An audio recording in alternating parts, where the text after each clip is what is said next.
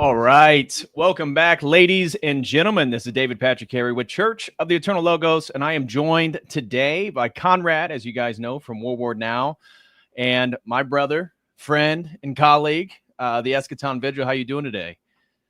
Doing great.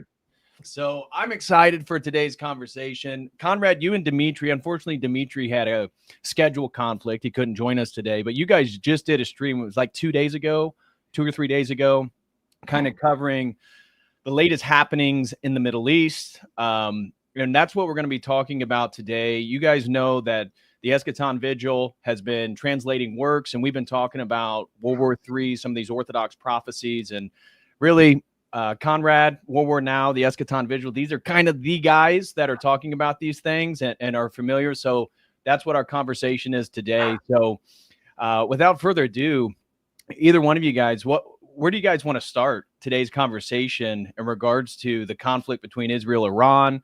Obviously, this has been talked about by some of the elders regarding Israel attacking the Iranian nuclear facilities, which that has occurred. Any one of you guys, feel free to take it away.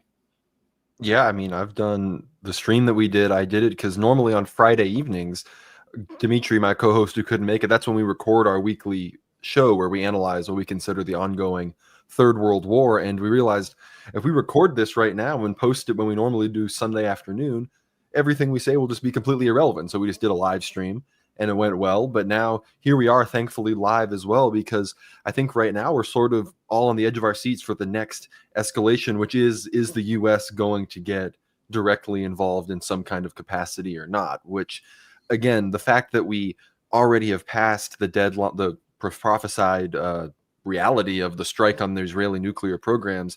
I've seen evidence, not just, I was skeptical when I heard about it because the original quote from Elder Theodore Agiofarangides that I heard is about a missile penetrating and hitting Iran's nuclear capabilities, when you're drinking your coffee in the morning. Mm-hmm. And I saw another version of it recently that said it would happen on a Friday morning and all these things, which as far as I could tell, that's legit. That wasn't just made up after the fact that it happened on Friday morning. The 13th. Yeah. It's a very, very fateful day indeed. And right now, so many things are happening that, again, to speculate too much and report on the right now we're about to see what the 9th missile barrage from Iran, I think, is what my phone is telling me in this exact moment at 4:08 p.m. Central Time here. But I think we are waiting on if Trump, if CENTCOM, if the U.S. security apparatus is going to actually get us we're already involved. We're shooting down Iranian missiles. We're protecting Israel. We're enabling them to do all of this stuff. The question is, how far are we going to take this? And right now, it seems that I'd say the majority of people behind the scenes in power in our country want us to go to war. And Trump is kind of drawing the line in the sand that we're only going to do it if our bases are attacked, which as of right now is very much on the table for the Iranians. So I think the most important aspect of the fulfilled prophecy for us at this point is the fact that once that occurred, we heard that the events would so precipitously escalate that we wouldn't really be able to keep up with them. So I'm not trying to stoke fear or panic. I think in many ways we should be confident as Christians that these things are happening, that were told to us, that for those with ears to hear, we're given an opportunity to understand what was about to occur. So I don't think there's any reason to despair at all. I understand some people sort of listen to this stuff and have that perspective, but I think right now we are right on the cusp of that precipitation. And is that going to be U.S. involvement? Is that going to be something in Turkey with the fall of Erdogan? Is it going to be something in Ukraine? Could it be all three of those things at once? I'm not sure, but I think now it's just a matter of, I think the summer, as I said weeks ago that the summer was going to tell the tale on these strikes. It seems now that the summer is going to tell the tale on the whole thing, perhaps. Right. Yeah, there's you mentioned stoking fear, and earlier today, I believe it was released, Netanyahu released a video that mentioned, well, if today's Tel Aviv, but tomorrow's New York City. Right. And that's, well, Yeah, that's a pretty big comment, and that's not in the prophecies, by the way. That's right. Right. That is not. And I saw when you looked at the Samson option in the list of cities, New York City, Los Angeles, and I think Chicago were the ones that are on the Israeli list. DC, I think, as well. Yeah. Yeah. So, yeah, as you mentioned, Conrad, regarding U.S. involvement, I mean, I was really, really disappointed with Donald Trump and like his statements the day after, essentially insinuating that we knew, we helped. We're not directly, or again, he tried to insinuate we're not directly at war with Iran or participating, but they're using our intelligence. We're working with Mossad. We're working with Israel. And of course, the carrier ship is now headed towards the Middle East. That was today. So, and then you look at just the mass propaganda. I posted on X a few days ago, and I'm sure, Conrad, you saw it, and the Eschaton Vigil saw it regarding all the U.S. politicians essentially putting out the same exact message about how we have to pray for Israel and support Israel. And there's just, and then you look at the actual MAGA supporters, and it seems like the majority of people are kind of on the other side. And so for the domestic population, it seems like they're kind of losing the propaganda war. But to see what the U.S. government is on both sides of the aisle, you know, I don't have a lot of optimism that we're not going to be drawn into this. And I suspect when Trump says that the only way we get involved is our military bases are attacked, Yeah. it doesn't seem unprobabilistic that a false flag occurs that makes that something that all of a sudden we're gung-ho into this war. And whether Iran does it or maybe another small Middle Eastern nation does, that's just, I just feel like, and I saw today Tucker Carlson was on with Steve Bannon, and I have a similar sentiment to him that I just have no optimism that we're not going to be involved. It just feels like it's just a matter of time at this point. Well, and look at Trump. I think the statement that really, regardless if this had happened now or happened a few days, weeks, or months from now, the statement that I think sealed the deal was when Trump said, he comes out strongly, I will not let Netanyahu drag us into a war. And you're like, yo, that might be one of the most base things Trump's ever overtly said, only to then follow it up with, if things happen a certain way, I'll take us there myself. So it's like, hold on. You don't actually care about war, the actual issue, or like what's actually happening here with our country being directed towards war with Iran specifically for the Greater Israel Project. You just care about being perceived as in control of the situation or not. Exactly. You're not. You're pretty much admitting that you're not with that statement. But if you can convince people to think that you are, then you'll do whatever. And if you realize that war is inevitable, well, you're going to lean into it because the perception would be that you're weak and getting dragged into it. And that's what Trump cares about. It's branding, it's legacy, it's those sorts of things. I think maybe if you pressed him, he's ideologically anti-war. But at this point, I think he thought maybe that giving the West Bank and Syria to the Israelis was going to be enough. But no, they're going to take the whole kit and caboodle. They're going for Iran. They're going for the full Greater Israel Project. Politically, because the Likudniks know that their time is very limited as far as the strengthening power of their political opposition, as well as just their growing global unpopularity in the midst of the Gaza genocide. But they realize, and then on top of all of that, these things were prophesied. These things are happening because in many ways the entire world has failed to repent. So I think at this point, regardless of what Trump wants, the Israelis want it. They're the ones that are in power. And if that's what's going to happen, Trump is going to direct it to where, I mean, look at some of these people like General Flynn. People thought he was some sort of secret patriot or something. His most recent, discussions on this conflict have really opened my eyes to see again how deeply entrenched Zionism is in American politics. I mean, if you were paying attention during Stop the Steal in 2020, he was with a bunch of boomers blowing the shofar talking about QAnon. So, I wasn't aware of that. I didn't catch that. Yeah, he was big in because Stop the Steal was when like even myself was getting caught up in some of the more conspiratorial Trump messianic fervor. And in the midst of that, that's when I started realizing that Trump is likely more of a type of the Antichrist or a false sort of prophetic figure, as it were, that's going to kind of Pied Piper us into a war for Israel. Well, I was still a big Trump fan. I voted for him in both of these elections, but well before any of these other people, now a lot of people, Nick Fuentes, Candace Owens, these other people are sort of getting aware of the Trump psyop, that it was time to hop off the train. I was aware of that because a good friend of mine was live streaming all of the Stop the Steal protests, and all of it was this crazy Zionist, evangelical, QAnon, eschatological nonsense about Trump and Israel and secret military tribunals and all this kind of stuff.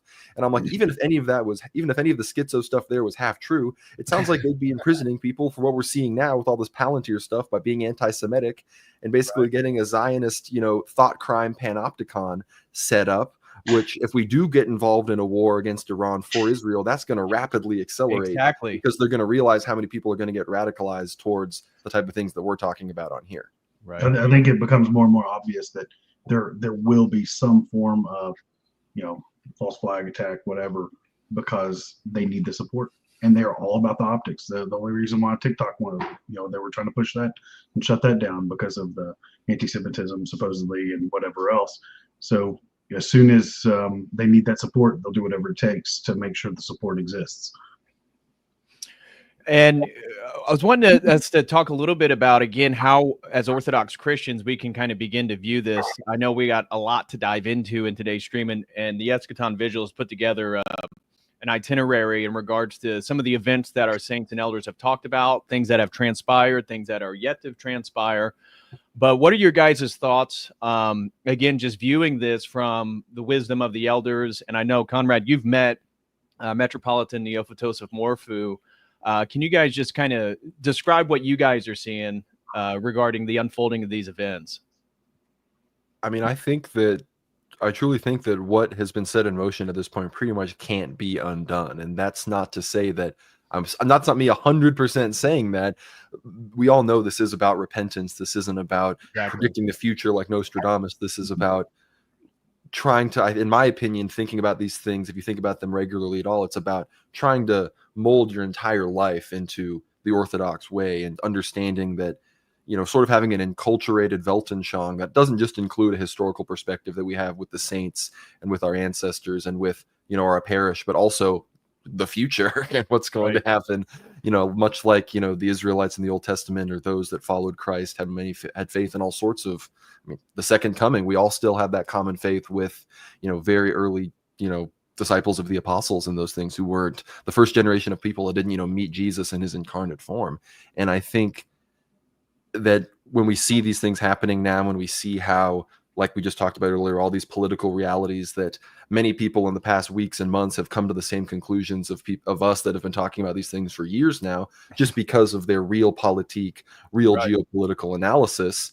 And that's exactly what it said. Metropolitan Neophytos St. Paisios, they said the prophecies will become headlines. That's one of the things that they regularly talk about. And we know that, Metropolitan Neophytos regularly talks about Eldris Galactia, for example, who I'm sure you both are very familiar with. And she talked about the things that are leading to this. And it's Satanism, occult worship at the highest levels of government. It's sexual perversion, both in public and in private, even in the bedrooms of married couples. And it's these kinds of things finally got to the point. This as well as ecumenism and other things. And these things have gotten to a point now where God has deduced that the only way to get us to shape up is to slap us around a little bit, or else things are going to get too far gone, where many of us would fall for, the impending Antichrist or even proto little a Antichrists that are going to inevitably be emerging as all of this goes on. So Metropolitan Neophytos, for example, I had planned to write a whole article about some things that happened to me and the people I was with in Cyprus that very much have to do with him and Metropolitan Tychikos' persecution in Cyprus by the Ecumenical Patriarchate and their puppets in the Archbishopric of Cyprus of Nicosia. For those who don't know, because I mentioned this in a stream and then I saw people message me, they're not familiar with what's going on in Cyprus. Can you give them a little bit of an overview? Sure. So in Cyprus, they're very much split down the middle on the issue of mainly the Ukrainian Orthodox Church schism in Ukraine, with the Archbishop and then a small majority of the bishops of the Autocephalous Church of Cyprus.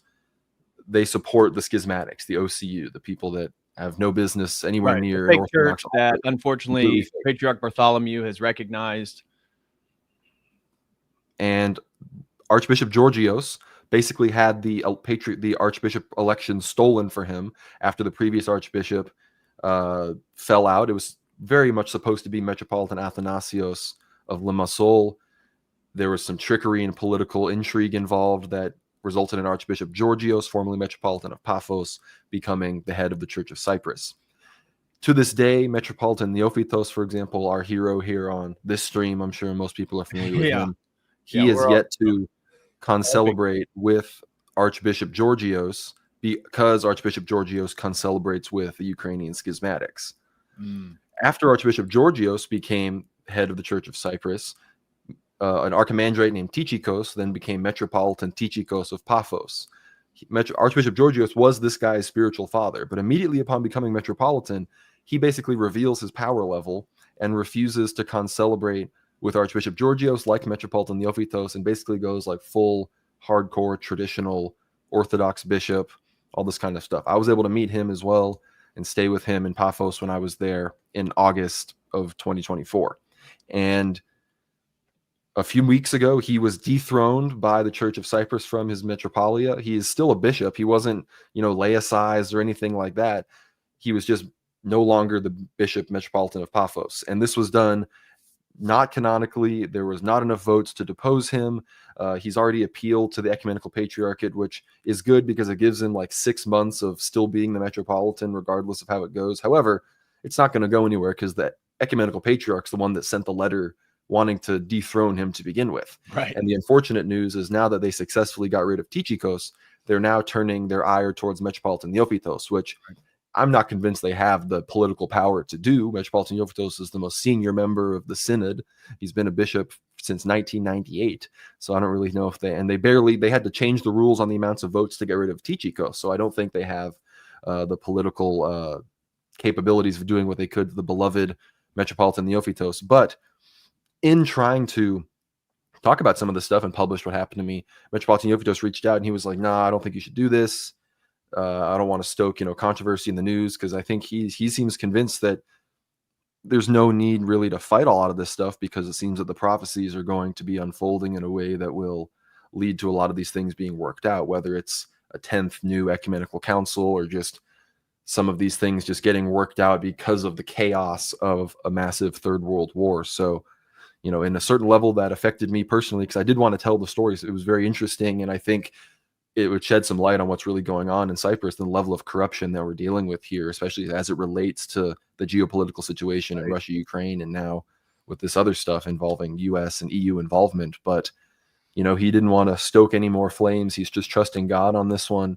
And I guess that is, I think that's what everyone should be doing, obviously. So yeah, that's, I think the fact that we're seeing that persecution of the sort of the main messenger of the events that we're seeing unfolded today is no coincidence. Not just there, but also the Eschaton ministry, the monastery. All of the issues that they were having where they were being targeted. They were the only monastery that didn't take money from the EU, I believe. I think some effect of that, and that led them to be targeted. Yep. Eschaton Vigil, what are your thoughts regarding the events that we've seen between Israel and Iran in regards to all the prophecies and all the work that you've done regarding translations? How are you kind of putting this stuff together and connecting the dots? I look at it like we live in eschatological faith. We the forebearers, all the prophets of the Old Testament were given signs to say, hey, look for this for the first coming, right? And now we have prophets for our generation to look at these signs for this, for all of this to take place. And it's pretty obvious that all of this lines up very well. It would be different if there were, if it was kind of like some type of Nostradamus nonsense. But this is specific. It is relevant. It is. And sometimes it doesn't even make sense at the time when it's said. And it could be 50 plus years, but regardless, these people are imbued with the Holy Spirit and they are capable of seeing things that we can't. They've been given knowledge that we don't have. And just as we look at them for the knowledge of our own salvation, we look at these elders for their advice on all these other different topics. Why would we leave out the prophecies that they gave us to say, hey, just so you know, things are going to get hairy. There's a time when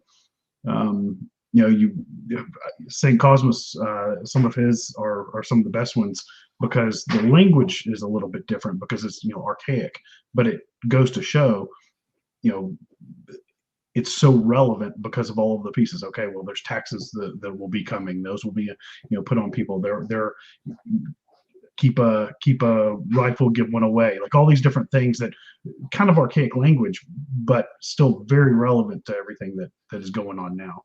So putting all of those together, I kind of look at it like in concordance. So if there's one saint that says one specific thing, that's interesting. If there are three, then you've got a bunch of kind of you've got different colors on the palette. So eventually you have a full painting, and that's kind of what I've tried to assemble in some of that in that document that I sent. There's a lot of notes that can kind of tie all of this together. Yeah, we're going to go over the document and just use it as a conversation piece. And if you guys want access to the document, go sign up at the Eschaton Vigil, eschatonvigil.com and .org, I'm sorry, and get a membership. Again, all this stuff is translated, all these e-documents if you guys want. And make sure, go subscribe to the War Now YouTube channel and check out their Substack, and support our brothers in regards to all this work.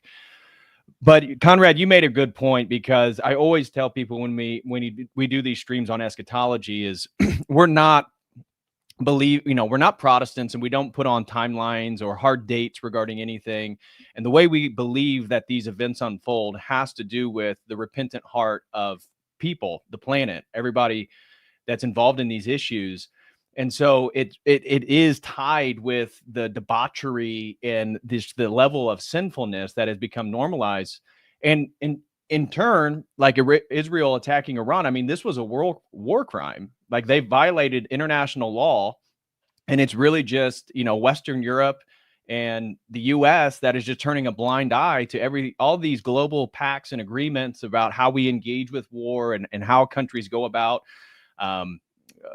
potentially turning toward violent resolutions. But it's all, in my estimation, part of this larger spirit of Antichrist. And it's this hypocrisy. It's the propaganda, like all the politicians saying that Israel has to defend itself. It was the aggressor. And the gaslighting of people. And this is, to me, a mark of the evil one, because he's the father of lies. He's the deceiver. And we're seeing the power players in our own country just constantly gaslight and lie to our face. And that's where, undergirding all this stuff is absolutely a spiritual reality. And it's not something to cause anxiety. As Conrad said, this is something that we as Orthodox Christians, in a way, should be relieved that our saints, our elders, have eyes to see, and we need ears to hear in regards to what they've seen. And as long as we repent, as long as we're doing the best we can, there's really nothing to worry about. Just as he said with Metropolitan Neophytos, it's like, we got to let God handle this stuff. But the fact that the nuclear facilities were struck, and we've been talking, I mean, for the last, at least on this channel, I know, Conrad, you've been doing it longer than I've been discussing it, but at least for the last year and a half, 2 years, I've been doing content on Orthodox eschatology. And we said this was going to be the first domino. And there's been multiple instances where it's like that was a headline in the news, and then it didn't happen. And then it happened. And I messaged the Eschaton Vigil like 5 minutes after the strikes in Iran, and he turned on a YouTube stream. And I kid you not, the way that the rhetoric that was being put, saying that this was going to last for days, literally mimicked the prophecies that our elders had. I mean, I was stunned, because I turned it on after he said, and it was almost word for word. It's not that the news analyst, this was some random guy on YouTube, and he was just reading news reports coming out of Israel and statements coming from Netanyahu and his cabinet. And it's like, wow, this stuff is unfolding. And one of the things that we've talked about is then Erdogan, and how exactly he steps down, or maybe he gets ill or something happens. But I know that, Conrad, you were sharing on X, and I pulled up the same thing. Actually, I have an article, is that he's already said he's not seeking re-election in 2028. So we don't know the timeline of these events or how exactly it's going to unfold, but that's another domino, another sign we have to keep our eyes open towards. Especially with Erdogan. I mean, he's not a young man. He's not a very well man. So for him, that's a day-to-day sort of thing that could really, when it happens, again, I am very, based on how things have happened so far. And again, at this point, I know that with Israel and Iran, and for those that were really paying attention to Metropolitan Neophytos and the prophecies, October 7th, maybe some people started talking about this stuff. People started looking into Orthodox stuff when the St. Porphyrios Orthodox Church was struck, for example. And St. Paisios, for example, he said that, the Dead Sea would be their graves and Gaza would be flattened the translation is like stadium, but it basically means like flattened like a field, like a flat playing field. And that, of course, has already happened. But even before that, when Dimitri and I, my co-host, started our show, the event that precipitated me realizing, because I've been thinking about it for a long time, I used to run a newsletter called The American Byzantine, where even back in 2018, 2019, I was referencing the prophecies of St. Paisios and these sorts of things, writing about the Donbass war well before the special military operation, which, again, for people that don't realize how back then the only people paying attention were the Orthodox religious people that really cared. So I mean, Right. when you go into the early history of the Ukraine war, you're learning about Strelkov and the things that he was doing with his troops and what was actually going on the ground there. It's very much an Orthodox civilizational conflict that has since expanded out, arguably to Syria, to these other places. It's very much been a precipitating factor. And the event that finally made me realize I need to start a show talking about what I now consider to be the Third World War that is going on right now was when America blew up the Nord Stream pipelines a few months after the beginning of the special military operation. And when you read the prophecies of St. Lawrence of Chernigov, Elder Jonah of Edessa, Elder Zosima of Donbass, these incredible, more modern day saints and prophets, and realize how they line up with the timeline for what's going on in the Middle East and what's going to go on in Greece and Turkey, you realize what people will obviously accuse people of, especially when we start getting into the prophecies about St. John Vatatzis, is this is just Greek ethno-nationalist LARPing. This is just a bunch of Greek people that picked their favorite historical figure and really think it would be cool if he came back. And look, I get it, right? I'm not saying that the things I say aren't crazy. I've long gotten past being offended at people thinking I'm stupid, but I think when you realize that there are Russian saints and Serbian saints and Arab saints and Georgian saints and saints that lived in the West that say these same things, especially the Greeks. The Greeks are very proud people. If they were just making this stuff up, their prophecies would say that they would retake Constantinople themselves. Right. And that's not what it says. They say that the Russians have to do it for them. And then you look at the prophecies of someone like Eldris Danyushka of Siberia, who says that there will come a prince from the lands that gave us our faith, Byzantium, the Greeks. So there will, again, I think because the people that are very religious in these countries, Russia and Greece, are also very nationalistic. And I don't think either one of them in their interpretation of a lot of their holy people want to admit that there's going to have to maybe be some synthesis, or there's going to have to be some cooperation, and that, the Greeks who don't want to give up, Constantinople for the third Rome title of the Russians, and the Russians who don't want to, admit that they have to get help from anybody. I think some of these prides are going to get resolved because the geopolitics, specifically St. Paisios, he talks about how there's no way that, the Russians are going to take Constantinople for really based Orthodox reasons. He says, geopolitics will basically precipitate it. However, Eldris Galactia says that they actually will do it for brotherly Orthodox reasons. So people will say, oh, well, they contradict. Well, I think it's more so there's a good option, and then there's maybe a less good option that's still going to happen regardless of how the Russians shape up and become Orthodox. But I think, just like Metropolitan Neophytos says, many of these things, much like the prophecy in the Old Testament of the destruction of Nineveh, if the desired outcome of the prophecies being given, which is repentance, occurs, then maybe they don't happen at all, or maybe they happen in a very mediated, moderated way. And some of the prophecies are even given explicitly in this regard about if something happens starting in the south versus something happens starting in the north. And Metropolitan Neophytos told me himself that if things start in the north with Russia and NATO bombing in Scandinavia, that's like a worst case scenario. And if that starts happening, then we really need to start praying. So, and again, we know that these events are going to start precipitating rather quick. So it sounds crazy that something like that would happen, but people didn't think the SMO was going to happen. People didn't think Israel was going to strike Iran's nuclear capabilities. People didn't think Israel was going to stand down on October 7th and let all of that happen. Exactly. Yeah. And that's been like you said earlier, Patrick, that's been the sort of precipitating factor that the Israelis have used again, they're still using October 7th to justify just completely first striking Iran, which Right. I don't know the connection there. Hamas are like Sunni Wahhabis, where Iranians are, Shia revolutionaries, but they're still using that currency. And then I was going to bring this up earlier, the whole prisoner rhetoric about, free our prisoners, free our prisoners. You know how many Palestinian prisoners the Israelis have? It's like Right. tens of thousands. They and a haven't bunch been of gang them are raped. like 13, and haven't seen, and they're going to get out, be in their 30s, haven't seen the light of day. And we know what they do to them in those prisons. They Exactly. sodomize people. Yes. So the fact that they know this is the currency that they run on, it's this victim currency. And that's why, regardless of what Trump says, regardless of Trump talking about deals, regardless of even the Iranians who, I've criticized in the past for, everyone knows the meme, like, oh, which flag are they going to raise this time? Like the joke about the impotent Iranian response, which I've criticized them for on a political level in the past. But at this point, we're going to see hundreds of Israelis dead if these strikes do end up dying down sometime in the next few weeks. That's all they need. That is all they need. Look, that they needed about 900 dead to do a full genocide of 2 million people in Gaza. A few hundred dead, that's more than enough to drag the United States into a full-on war with Iran. So right. I think I've been listening to Scott Ritter and Colonel Douglas McGregor last couple of days regarding this, and they both are of the opinion that Israel is in a terrible position. One, they don't have enough missiles in their stockpiling to continue out this war compared to Iran.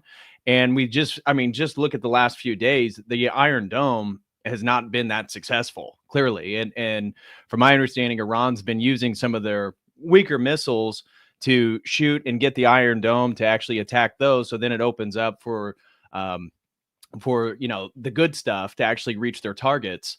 And like you said, once mass casualties start occurring in Israel, we're going to hear the AIPAC lobby, all the American politicians, come to their defense. And it doesn't matter what the will of the American people is. I mean, that's where Donald Trump, being this anti-war president, he's going to end the Ukraine-Russia war. Well, he began, I was really hopeful when he was talking about Zelensky being a dictator. He's unelected.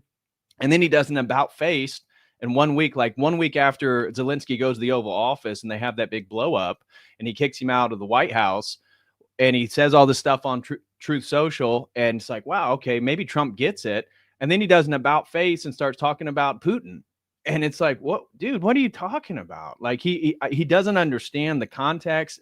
I do believe, like other people criticizing him, it's like his opinion is whoever's the last person to talk to him.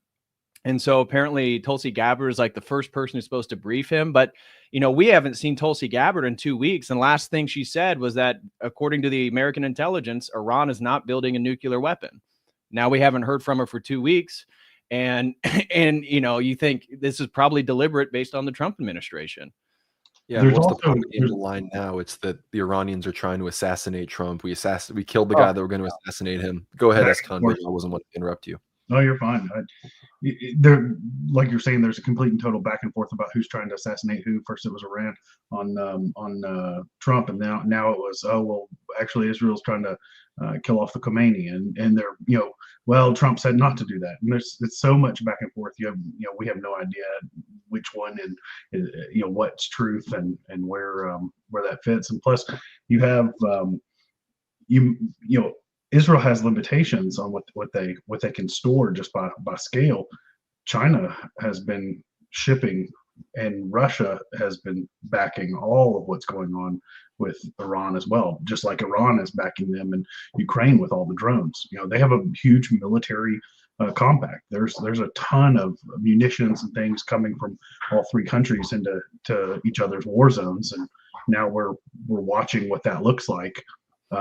Yesterday, I think y'all probably saw there's all the tankers, all the Strata Fortress or whatever type of tankers that we sent over to Europe. Well, yes, there is a training thing going on, but it's pretty convenient to have them there already. Right.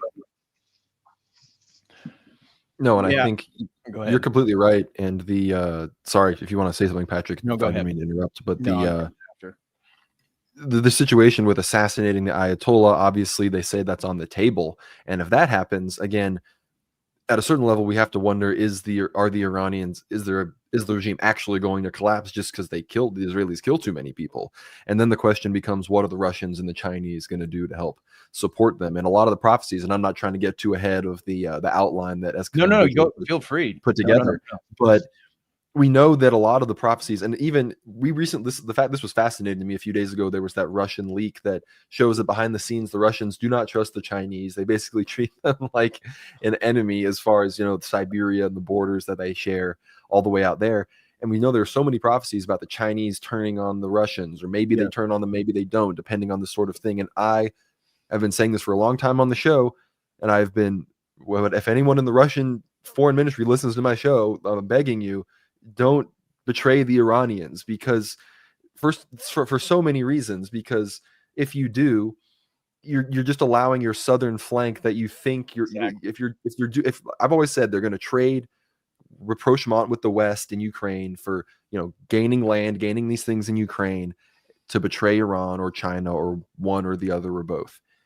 The problem is that's based on the faulty thinking that got us the Minsk 1 and 2 agreements, that these are reasonable people that are looking for anything short of the complete dismantlement of Russia, because they know that it will act as a cataconic force against the coming Antichrist. Right. And if the Russians betray Iran and allow Iran to become a vassal monarchy of the West, and be just like a bigger Azerbaijan basically for Israel, then that's another massive southern base for the future Turkish belt that will confront the Russians on the side, I believe, likely of the Zionists and of the West, that will force Russia to come down into Syria through Georgia, and where they will be stopped at Mount Tabor. And if the Russians betray the Iranians and they do all of this, and then China takes Siberia, we're looking at a very small piece of Russia that's going to be able to be preserved, as is prophesied during the reign of the Antichrist. So again, the prophecies do say that once these nuclear facilities are striked, and Metropolitan Yovitos talks about this, that Russia and China will be forced to respond.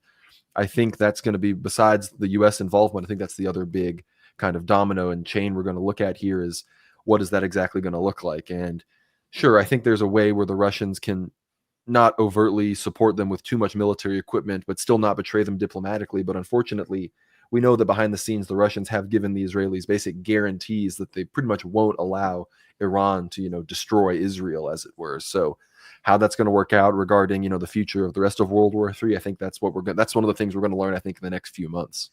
And that was what I was going to mention, was when I was following it right after the Israel attacks, it sounded like Russia was kind of hands off and wasn't going to get involved. And then after a couple of days, from what I've heard, is that Russia is now assisting Iran using its intelligence agencies and essentially giving intelligence to Iran on and as your point, I mean, Iran is the soft underbelly of Russia. I mean, it's a strategic ally based on the threats that Russia's facing. And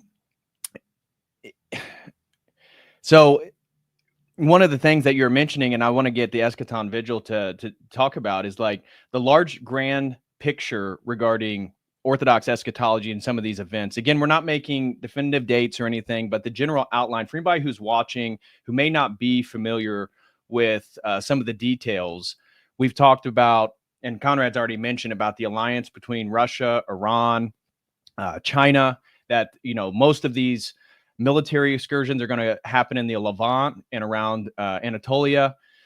Could you just provide a little of a snapshot overview for anybody who's watching, who just wants to kind of see what it is that we believe based on the prophecies and the long-term spectrum here? And of course, this includes a golden age, that America is going to have some major catastrophes. And one of the things that I was showing Jonathan before we came on is, according to Elder Ephraim and some of the things he said regarding water potentially rising all the way up to St. Anthony's Monastery. We don't really know what that means. I had Father Peter Heers on to talk about some of that. He said, again, it's kind of esoteric. We don't know exactly what that means, but they've talked about major geological events, catastrophes, that we're not going to have boots on the ground regarding Russian and Chinese soldiers fighting Americans, but we're going to have massive civil unrest. We're looking at the LA protests. We're seeing how the country's divided on the status of illegals entering the country and what they can get from the government. And I just saw what I was going to mention regarding geological events. And we don't know what this means, but it was on the Cryon of CNN today, is that there's a mile-wide volcano off the coast of Oregon that they're expecting to blow anytime now. And the Eschaton Vigil said he read an article that maybe this isn't going to be as significant as maybe some of the news is portraying it. But I pulled up an article from 3 days ago, and they claim that it's going to cause 1,000 earthquakes in a single day. And maybe it is serious, maybe it's not, but we've speculated, could it be the volcano in Yellowstone? But according to some of the saints, America is going to face a geological event that's going to be disastrous, and then internal strife and civil war. So the Eschaton Vigil, can you just kind of give a snapshot based on everything you read? And Conrad, if you want to add anything, feel free. In regards to the larger perspective here concerning a great world war, a golden age for orthodoxy, and then the coming of the Antichrist. This is a much larger timeline than people think. It's just boom, boom, boom, and all of a sudden the Antichrist is going to reign in the world. Could you give people who aren't aware a little bit perspective? Of course, and this is something that's very foreign to the American mind, that things are not basically hovering over us, or that we're not involved in all these different steps and pieces, and the American exceptionalism, however exceptional, a lot of this focuses on the areas of historical Christianity, right? So some of the first things, many of the saints were putting out these prophecies that are kind of like guideposts that kind of get you into the timeline, going as far back as St. John Chrysostom, who mentioned different things that would take place, and when shame disappears for women, when that these are things that take place, or that from this archaic language that then we can look at today, and it's like, oh, okay, well, these are more of those guideposts. And OnlyFans is a perfect example of that thing completely disappearing from women. We have kind of this stage of preparatory signs, and then right now what we're seeing is just a regional conflict, right? We're not really involved. It's not quite global. In fact, we have two regional conflicts that are kind of right next to each other. And then what leads into this next step, this escalation of real war kind of drumming, is the involvement of NATO. Eventually NATO will be dragged into something. Now, how America's involved in that is kind of fascinating, because we don't know exactly, obviously, but we do know that it is not popular in America. We know that Trump has made a bunch of efforts to avoid any type of NATO either expansion or us involving it, or even withdrawing funds and support for it. But there's also within the prophecies, there's the idea that perhaps America is not capable of participating in some way because of these natural disasters, or other disasters that take place, whatever they are, whether they begin as the civil strife that we've kind of had for the last 4 or 5 years, or if it's some type of massive disaster. I believe there are quotes saying, no, there won't be nuclear weapons used, but there will be geologic effects that could affect a nuclear facility or something like that. So that who knows what that looks like, but we do know that America won't have the capability of participating in this next phase, whatever that is. And, well, I mean, we just saw the military parade. I mean, that was a disaster. At least from my perspective. I just caught a little bit of it, and the soldiers, they can't march in order. It just seemed like really, it was so weird. Like the lack of music, the way that was presented, like tanks rolling across the screen in silence. The whole thing just felt very awkward. It was very awkward. I only caught clips of it, and I have, I'm former military, and so I saw several military accounts posting videos of several different groups attempting to march. It was pretty rough looking. I don't know. I don't know if that was just clipped. It was a second, a couple seconds of it, or if the entire parade was like that. If the entire Well, parade at the end of the day, once you reach like a certain threshold of women in the military, like it just you can't take the whole thing seriously. Like you see, it's like a third of the people are women. You're like, what are we even doing here? Like, what's Right. like it just all any illusion of grandeur that it once had sort of goes away. And maybe you have one little, like the Chinese or the North Koreans, they get the one little female unit and they all look very nice and pretty in their uniforms, and they do like the really unified kicking and walking and everything. And then we go back to the massive missiles and the people that if they step 1 inch out of line, you beat them with a stick. I mean, that's the kind of seriousness you want in a military parade, but that's not what we get here in America. But like you said, Eschaton Vigil, it's more likely that the military is going to be either deployed to deal with natural disaster relief in the United States or be fighting in some kind of low-grade domestic conflict against who knows who, right? Like I've always been skeptical on the desire of the American people to actually rise up in a civil war. I think people are too kind of dumb and apathetic for that. But that doesn't mean that there won't be regional conflicts among different disparate factions. Well, and that's the basis of the movie itself. Civil War, right? That was the basis of the movie that came out. What was that? 2020, 2019 or something? It was like 2022, I think. 2022, okay. Yeah. Obama's movie. Yeah, the Obama movie, which the whole premise was, the president at the time was like a Trump figure, and that America was caught into a civil war, like the National Guard of California, Texas, and I forget another state was at war with like the federal U.S. military. And like you said, Conrad, the whole premise of the movie is that it's not like everybody is at war. Like I think there's a scene where a girl is in like South Carolina and she's like at the coffee shop, and she's working. Everyone's basically acting like it doesn't exist, but then there's snipers on the roof. So like it's real, like it's affecting people, but it's like whatever. Yeah, that movie was pretty effective propaganda, and that it did a good job of not seeming super political. You think about everything in it, and it is very political, obviously, but it tried to be. I think it was an attempt at sort of manifesting, wish casting, these sorts of things, because it wasn't just some obvious. Most of the stuff these days is just like anti-white slop, and it had those elements to it. Yeah, but that wasn't like the main purpose. I think it was actually trying to have some sort of political impact or some sort of political predictive power, even if in a symbolic way. Right. And in that movie, it was always white Christian men that were like the racists and that were trying to defend the president, and they had like their private militias, and there's a scene where they have a stockpile of dead bodies that they're getting ready to burn. So it wasn't the main focus of the movie, but certainly it had the elements of all the propaganda. And spoiler alert, it's a black woman that like brains the president at the end. So, like, sorry for everybody that wanted to see the movie, but it's not that good, so sorry. But the there is some kind of, I like that term, wish casting, for this balkanization or whatever, creating all of the chaos and then using that chaos to manipulate and create overarching structures of control, whether that's digital or whether that's how all of that fits together. There is some form of that being created and established, or it's the whole thing. Oh, they got to tell us before they do it. Right. Yeah.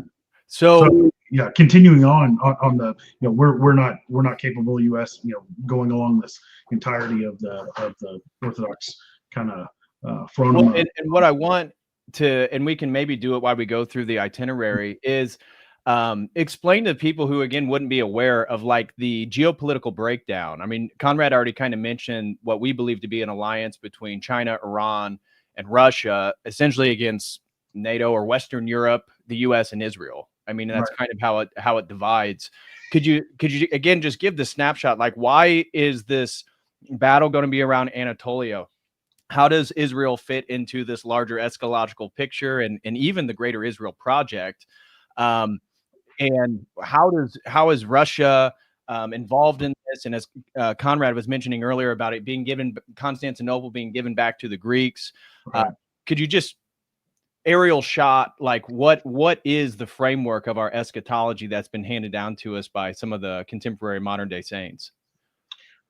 So there's the continuation of the Third Rome being Russia, Moscow, bringing in this Gog, Magog, all of this kind of pieces together and builds basically a NATO versus Russia at all, and that eventually this battle, this massive war battle takes place in Constantinople, and the war itself, several saints, and mentioned that it lasts several years, 2 years to be exact. Yeah. But the battles may be in sets of 2 or 3 days, and maybe 2 times 2 or 3 days, and that Russia is going to sweep all of Turkey, destroy everything, go all the way to Israel, and then at that point, the official bringing in of NATO, or however it intervenes, that is the official World War III. So, like I was mentioning, we're talking about regional conflicts at the moment, right? And when Russia finally responds to this, that's kind of the focus where World War III begins, and then eventually they head back toward Russia outside of the lands that they end up in the Middle East, and then that builds upon itself with China, backstabbing them from the back, taking lands there, the Chinese army crossing the Euphrates, right. All of these things kind of taken from the Apocalypse of St. John, but applied with a geopolitical view of what's actually going on and where the battle lines could actually be. And then after that period, after that war, there's a time of peace, and then comes the more of the end game. But what we're looking at directly right now, without any doubt in my mind, is the drum roll of World War III. It is, everyone is setting up everything that they can to position themselves for this to take place. And then within that, you have all of AI and the digital construct that's coming through, and those things are only slightly explained. I know right. Several of the European countries are now requiring this digital ID. Yep. These things are being rolled out. Yeah, Greece being the one in particular. Yeah. As I was talking with Charzanis, just the last members meeting we had, and he was talking about how it's getting serious, and that they expect these things to be in place. Yeah, and I think I read today something about the UK and requiring some new type of ID for social media, and that'll be rolled out.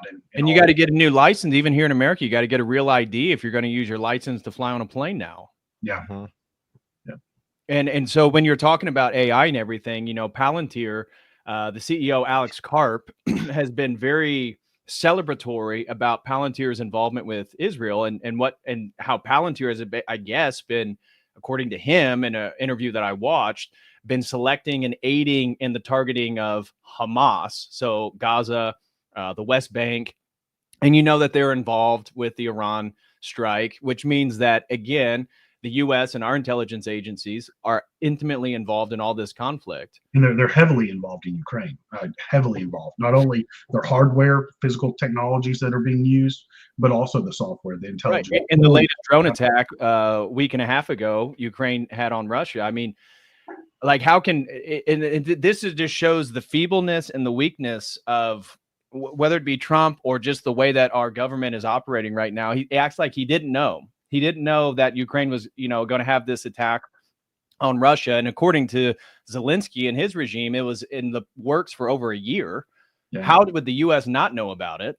And then compare that Operation Spider's Web in Ukraine to the recent operation in Iran. It was pretty much the same thing. Exactly. That's what I was going to. Yep. Go ahead. Yeah, and that's exactly right. And when you realize that, I've talked about the whole New Heavenly Jerusalem thing on my show in the past, with the creation of a new little Israel in the south of Ukraine, and as a backup plan for if it fails in the Levant, and all of these sorts of ideas. But as far as, like Eschaton Vigil said, the Third World War, at a certain level, if you listen to Metropolitan Neophytos, it was around a little after the beginning of the situation in Russia and Ukraine. He said we're already in the second year of the Third World War, right? Which, again, and when you tie in some ideas, I mean, someone like Marshall McLuhan, who said, the Third World War is a guerrilla information war with no delineation between civilian and military participation.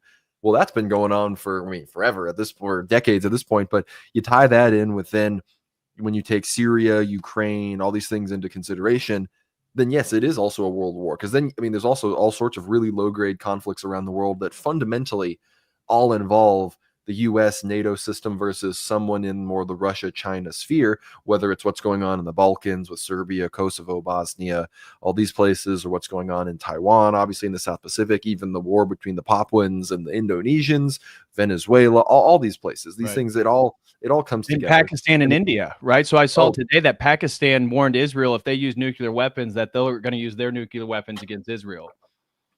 In Pakistan, you know, they've been, you know, the fact that they have nuclear weapons is an interesting fact at all. But India has, they were allowed to get them because the U.S. understood that it'd pretty much be locked, and they had to equalize the India-Pakistan conflict. And India is one of the, I mean, it's, at least according to the Indian soldiers online, they're like the only country that's like really ready to go to war for Israel.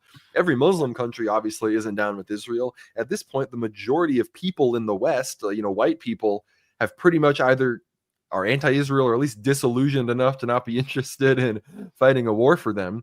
It's just these Indians that still are, you know, it's these Hindus that hate Muslims, I guess, that are still super interested in, you know, seeing Pakistan and these other places destroyed. But I think ultimately, I would not be surprised if, when the Russians are ultimately forced to descend down into Syria to confront the Turks, which, again, I'll be very surprised if Erdogan is in power, or when any of that goes down. Obviously, I think he's going to. I mean, I think best case scenario for a not peaceful situation, but for a longer term, you know, time to prepare. If he actually does make it all the way to 2028, and then this goes down, that would probably be better. But, you know, I think, like the prophecies say, these things are going to precipitate much more rapidly than we can anticipate. And if that occurs, eventually the Russians, it says that when they take Constantinople, there's going to be like a 9-month period where then they're forced to give it back to the Greeks. So this is going to be, you've heard about these idea that the world is going to get formed into 18 countries, all these sorts of things. And I think a question that a lot of people have, and I'm sure you guys have been asked about this as well, especially when we get into the St. John Vitatz's prophecies as well, is, are we accidentally confusing things that will actually be the Antichrist for, you know, prophetic realities or these sorts of things? And I think when we understand that, yes, maybe there will be a centralization of power that will result in the spreading of the gospel all around the world, and then in some capacity that could get perverted at the time of the Antichrist. But St. John Maximovich himself said that not until the gospel is preached in an orthodox manner across the entire world will, you know, the end times actually take place. So I think people, as much as this stuff does have to do with being a predecessor to the actual end times and the Antichrist, they are very much two separate conversations as far as, you know, World War III and this, and then, you know, the actual end of everything. I think, and that's the big difference. You could have an entire conversation about World War III, the prophecies, even to the end of the war, without even talking about the Antichrist, in theory. And that's the difference between the Orthodox perspective on these events and like Protestants. I've seen some of the more right-wing Protestant people on X, you know, and they're putting together, they don't have saints and, you know, the elders like we do, but they're kind of reinterpreting all this stuff. And those who aren't Zionists, Christian Zionists, they are tying all this stuff up like the Antichrist is going to emerge any minute. And you made an important point that I wanted to highlight is we view that this great war, and correct me if you guys see it differently, it's the destruction of the status quo that exists right now. You could call it the post-World War II consensus or whatnot. And then after this is annihilated in the hegemony of the United States, it's going to be a total reordering of global power.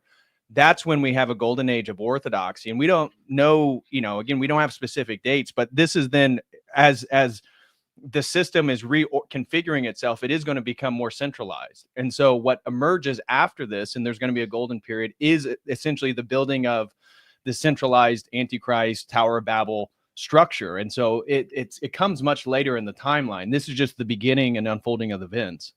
And after that you know, period of war, which is, you know, unbelievable, with, you know, even what we saw with all of the wars combined that have been fought in the past, this is something that is unfathomable.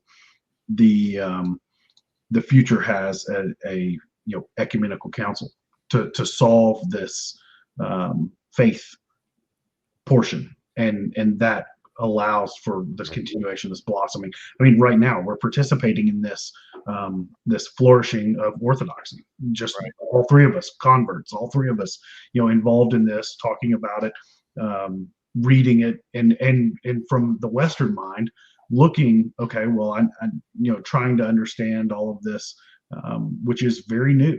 It has a very different perspective. We're not looking at how much the U.S. is participating in this.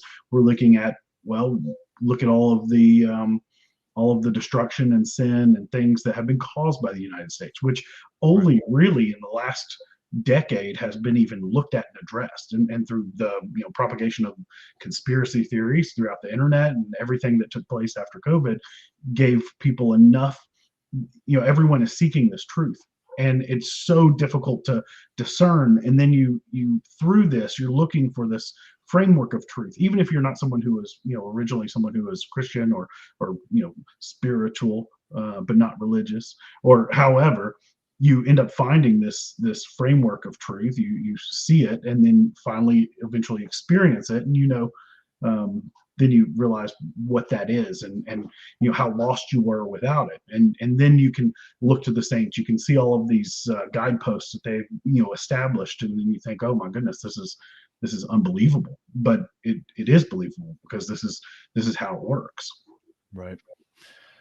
I want us to kind of walk through, and I want to get your guys' opinions on the itinerary of the faith. This is something that the Eschaton Vigil has put together, and if you guys want your own copy of this or be able to read it yourself, go to the eschatonvigil.org, become a member. All of this stuff is available. And so this is talking about some of the events. And so stage 0, you want to kind of give an overview? Sure. Eschaton Vigil as we go through it. I can read it if you guys want to, but feel free if you just want to paraphrase or kind of discuss the topics on each page. Sure. So sometime after kind of compiling all of these prophecies and continuing to compile, I started looking at trying to figure out a timeline, not in some type of predicting the future or whatever nonsense, but to look at it as a way to have relevance to what's going on in the news, to look at it as a way of understanding, even though we, as Orthodox, you have kind of one foot in heaven, one foot in the world. You're living this dichotomy of going to church, participating in heaven on earth, and then going back out into the world and hopefully bringing some of that with you. But also you have to see what's going on and to be able to look at it from an Orthodox phronema, to understand the events that are taking place. And sometimes things are very specific from the saints, just like when they're talking about your own salvation and how you, even how you should pray. Some are very specific. Others are kind of more vague. And some might say, oh, well, use whatever prayer rule you'll actually pray. Some might say, use this prayer rule. And that's kind of how some of the prophecies fit together. And so you have some saints who might say some more specifics and some who might be more vague. And that's kind of the when question. Everyone looks forward to the when question. Okay, well, when's this going to happen? Well, that we don't know that specifically, but we can tell you when a general idea, and these specifically talk about the shame disappearing from women, and then in 1940, the elder, the saint that reposed in 1946 mentioned there'll come a time when men will become women and women will become men, and at no point in history has that ever happened. I mean, that is a thing that we have, that's just the last decade, really something that will be looked at, and then they go on to mention other things like the war in Istanbul and or Constantinople. Right. And the Russians will win. It will go all the way to the Euphrates River. Hagia Sophia will open and operate. And he was saying, wake up, Russia, and draw your weapons. Right. And there's something else that's not understood from the Western mind, and especially for a lot of people who are converts coming into this, to understand that the continuity of the faith of Orthodoxy, of true Christianity, this was continued through Russia. And that is not something that comes natural for an American to understand, because our entire lives have been told, communism is bad, Russia's communist. Well, not quite. They were for a small period, and it's very interesting who did that, who created that situation, and destroyed the monarchies all throughout Europe, and that's kind of where this itinerary kind of begins. It starts in the wind stage. It moves into things that the saints and elders have told us would take place, that have already taken place, and these aren't things like leading toward any type of eschatological end or end times, but just things that are coming. The Paisios said that Turkey will block the flow of the Euphrates. Well, they did that. They've done that, in fact, several times at this point, and that's one of those these notes, the road. Yeah, that's the next page. Yeah. As you're going through there, and a lot of this you've already talked about. These are pieces from a document that's I'm continually editing it and kind of adding pieces. But that the E65, which is what they're talking about in that quote, was completed last year. Yeah. So I want to read these, and feel free to comment, but just so people who maybe can't see the screen or is just listening to the podcast version in the future, number one, these are signs that our saints and elders have said to keep our eyes out for, and we're just saying things that they've prophesied that have already occurred. And this is coming from St. Paisios, is that Turkey will block the flow of the Euphrates. This happened in 2018, already occurred. UK will withdraw from the EU. This happened in February 1st of 2020. And then you talked about the road to Lamia, the road connecting Domoko to Lamia in the new E65. This section is now complete. It is a 39-minute drive. As of April 2024, there's only the remaining 46-kilometer section from Kalambaka to the Ignatia Odos motorway.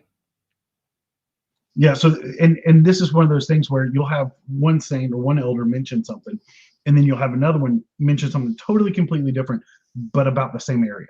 And then you realize, oh, well, this is how these are tied together.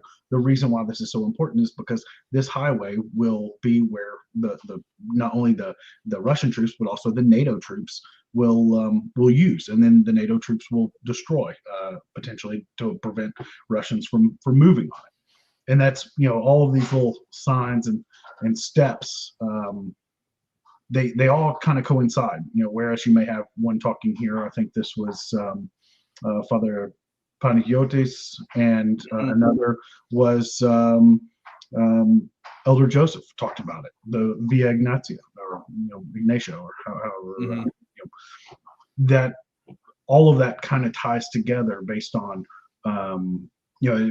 It's kind of, I look at it like, I have one picture from one perspective, and now looking at it through, various saints, you can have a much fuller picture, a bigger piece of how this will look in the future. Conrad, what are your thoughts on some of these?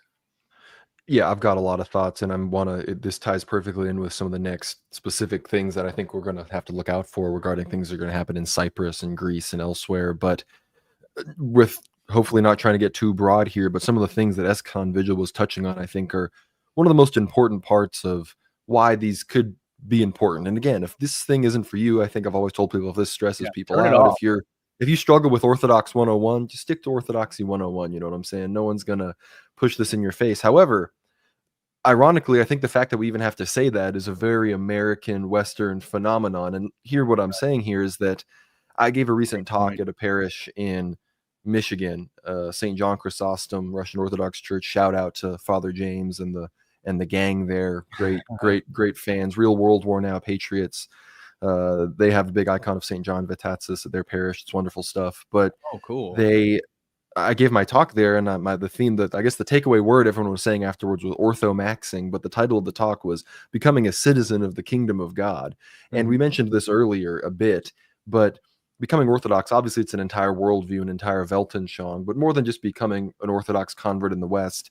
This has to do with East versus West and, thick versus thin cultures. But even thinking about I think of it even in the context of the Roman Empire, which even at times when the Roman Empire was Christianized, those people outside of the empire that were Christian, the empire felt a responsibility for them as well. And so there was this sort of understanding that Christian culture was, to a certain extent, Roman culture. Rather, Roman culture became completely Christian culture, and it was a thick culture. And the cultures we see today, like Greek culture, Russian culture, even in the West, Italian culture, more Mediterranean cultures, but even in certain capacities, certain aspects of German culture and French culture, these are, thicker cultures, which basically means they have everything about them is very all-encompassing. They've got eschatologies, aesthetics, all these sorts of things. And I've talked about how, back in the day, you read, legends and myths and things, and there's always these wizard characters and these wizened elders that people seek wisdom from and prophecies. And I've always said that, not trying to make it sound ridiculous, but what we're doing here is sort of a return of the old world. I've always said that, Right.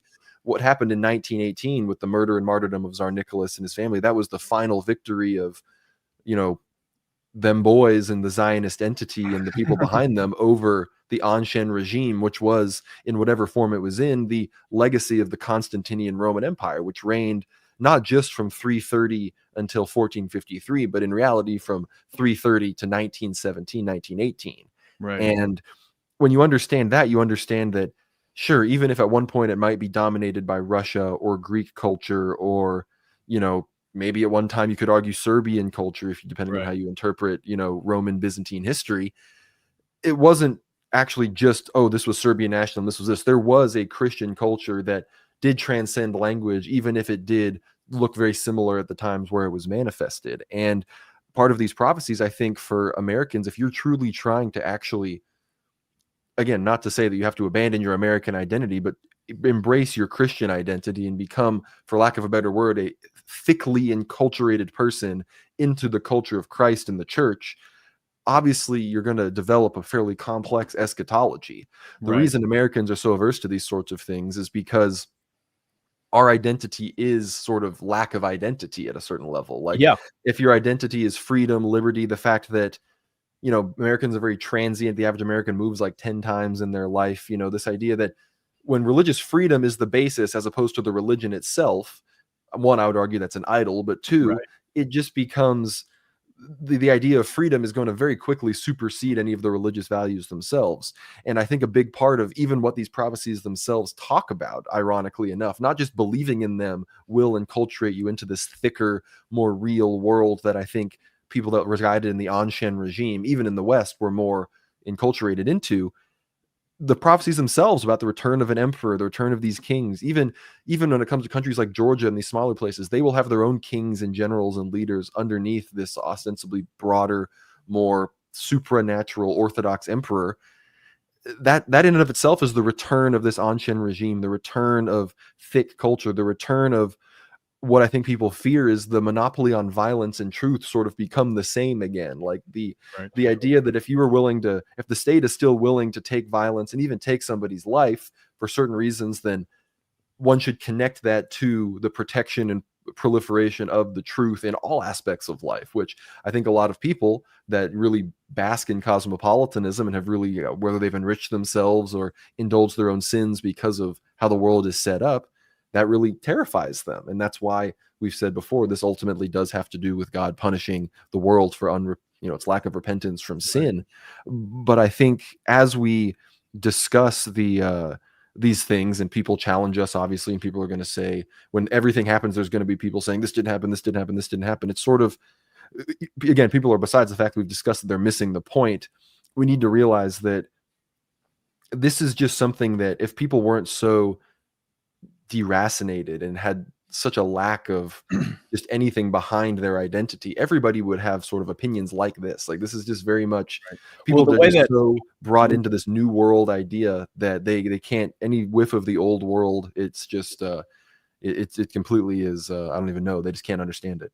Well, exactly the point that you're making. I've been using the framework of Christos Giannaros, the Greek philosopher, and he refers to orthodoxy as a pre-modern worldview. And so all these things that you're talking about, like the deracination and the lack of identity, this is really what I would argue as modernity. And that was Giannaros's argument, is that modernity and the Enlightenment project, which America is founded upon, ultimately is going to fail, in that this is why the postmodern left has arisen. Of course, they're totally relativist, but they recognize that the promise of modernity, which is secularism, science, rationalism, and then democracy, all leading towards utopia. These are the 5 pillars of modernity, that this is failing. It's clearly that generation after generation, the world's not getting better.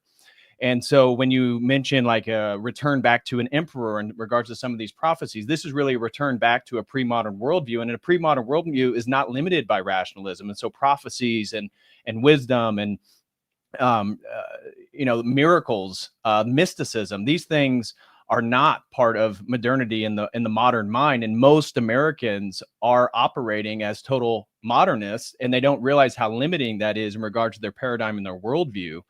And so even somebody, and I brought this up, like Curtis Yarvin, talking about monarchy, and now he's making the argument totally based on the efficiency of corporations like Apple and Google. But the idea that even somebody within the tech world is advocating that really, if we want to have like a true functional government, we have to return to something more like a monarchy. This is a realization that these democratic structures that have emerged in modernity, you have no real agency. And people want to say, well, I'd rather be in a democracy because I can vote out, the corrupt powers that be. And it's like, really? Because I just looked at your X and you're just talking about the deep state.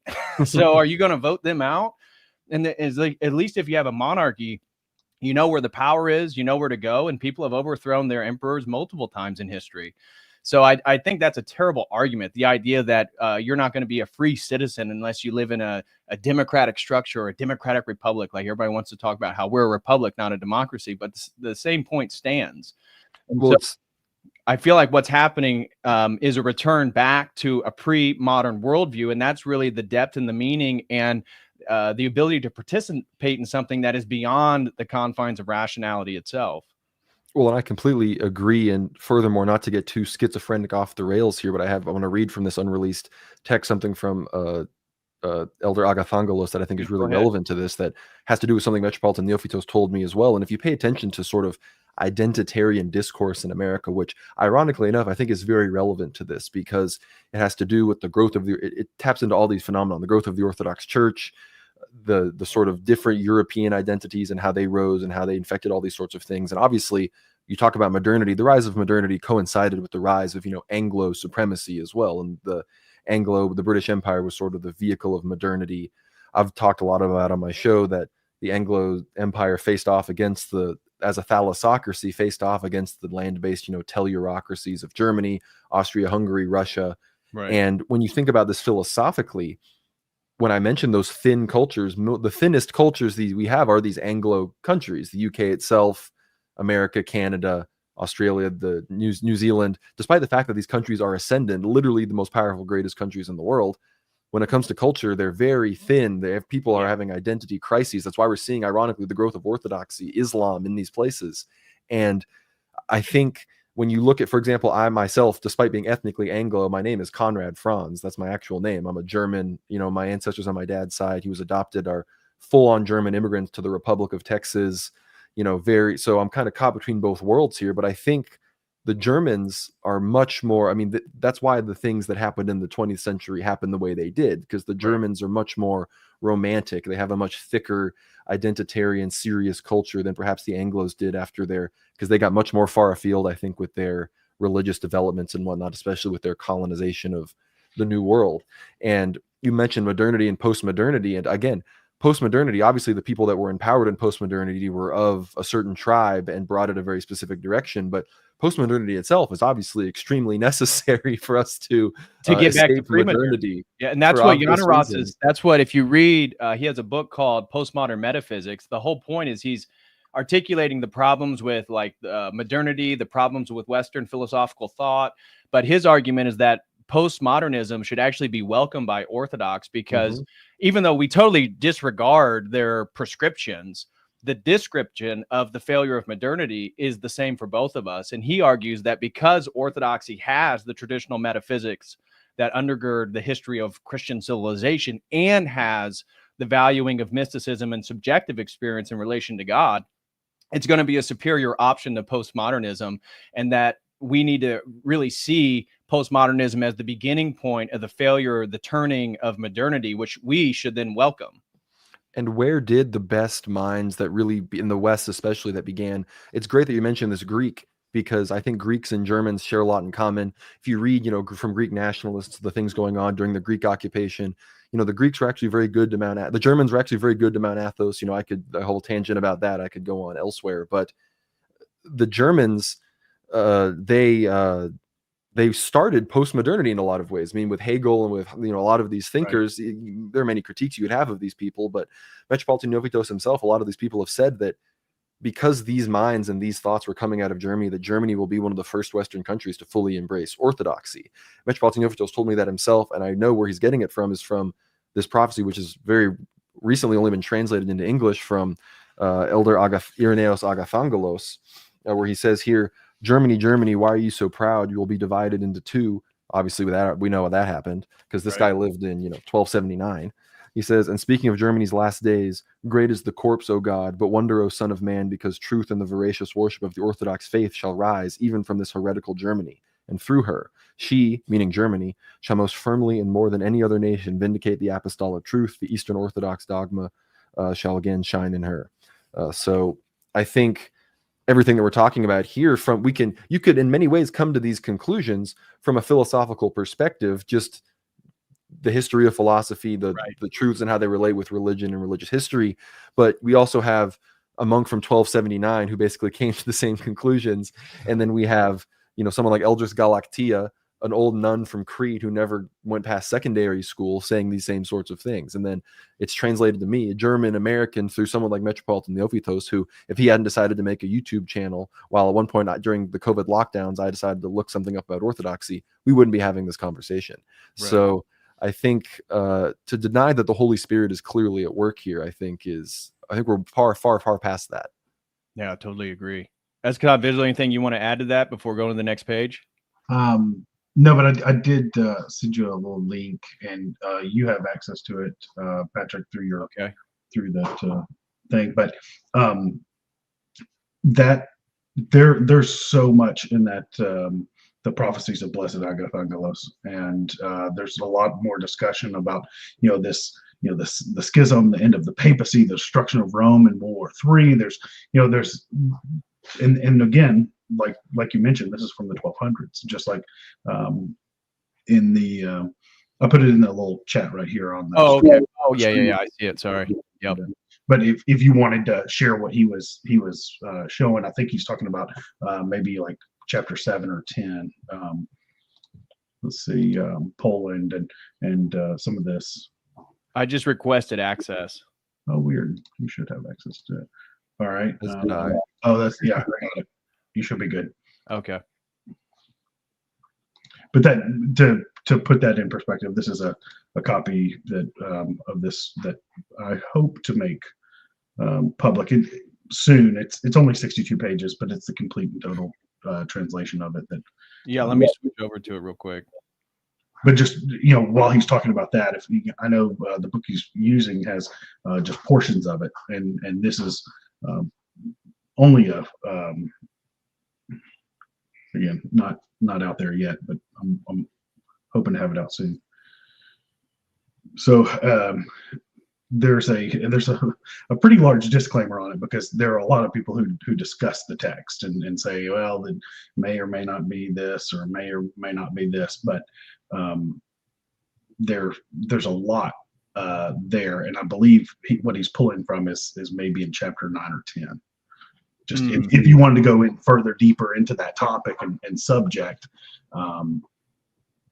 there's a chapter. Yeah, chapter 10 is where we get into that the Catholic Church and the last Roman Emperor and that kind of deal. And I think, or was it you were mentioning Russia and what happens in World War III? I think it's chapter 8 of that. But anyway, just as a note, just if you wanted to dive a little deeper into any of this, if Conrad wanted to see some of these pieces. Absolutely. Yeah, I requested access to the document. Gotcha. And yeah, there's just so much, I just have got, Metropolitan Neophytos told me I need to learn Greek. And I, despite the fact that I'm really, really not good at learning foreign languages, I'm going to probably just have to knuckle down and just do it, because look, at this point, I'm probably not going to be able to read all the stuff in English about Orthodoxy and stuff I want to, but I would be doing myself a disservice to not be able to have access to so much of this stuff. Because I mean, like Eschaton Vigil said, this is the first time this is available in English. There's so much stuff out there, again, for us that talk to the people that are sending us these documents stuff. There's just so much, just an endless, talking to Gregory here, that's why we got him on to talk about the St. John Vatatzis, the history and the prophecies, because he's reading so much stuff as someone who's been to Mount Athos 30 plus times. He's got access to these Athonite libraries and is just reading crazy old documents about St. John Vatatzis. And as someone who doesn't speak Greek, very inaccessible to me. So we're gonna have to fix that. Yeah. Here's the quote you were reading. Yeah. Yeah. There's something fascinating about this. Just a bit about the text. There are two texts right now that I have that I want to put out, and this one is 62 pages. It's really not much. It would almost be better just to release it, for free, because the production cost is going to be, however much, and so people will be paying for too much for this tiny little book, basically a pamphlet of sorts. So that may be something that we do here soon, but it was heavily criticized. This text has been so heavily criticized from the Orthodox, but also, proposed by the Orthodox. So it's interesting to see how you can kind of fit in these two places. And then the other one is the posthumous revelations of Saint Nihilus, which is over we did a stream on that. Yeah, and so I've that text is over 1,000 pages. And that's another one where it's like, well, this is a huge book. So should I, split some of these things and make it available? How should I make that available? Obviously I'll make everything available on the website, but still there's pieces to this. So if you wanted to go into more depth on what he was mentioning or talking about, you can read some of it there and kind of the tomb of Saint Nihilus. I was able to go there of Mount Athos. It was, oh really? That was one of the highlights. It's like the farthest end of Mount Athos that you can physically get to. That's where the tomb is. And that was forgotten for however many centuries. I think it was for a century and a half. It was completely forgotten. And then you have this monk who was it Theophanes was the monk who had a vision of Saint Nihilus or Nihilus, and ended up finding it and turning it back into basically a small chapel. And I think the stories.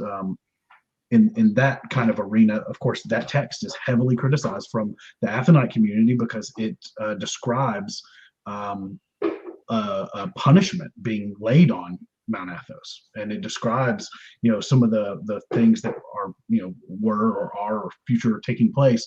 And I think it was in the 1800s, and they were being criticized for it, and so the Athonite community didn't want that being released. Eventually a copy got to the Russians, and they eventually did have a copy of that floating out there. But that's one of those other texts. It's amazing. It's a ton of resources. It's got so much valuable insight, but there may be some you have to put some of this stuff out with a disclaimer. Great point. Regards to stage 2 of the escalation, you have here by Elder Theodoros. My children, you will drink your coffee and hear that the Jews have struck the nuclear program of Persia. Then the great events will begin. And at that same time, or shortly before, Erdogan will fall. And so what are your guys' thoughts about Turkey and Erdogan next? Because Conrad, you mentioned people have already messaged you and said, oh, you're full of BS because Erdogan's still in power.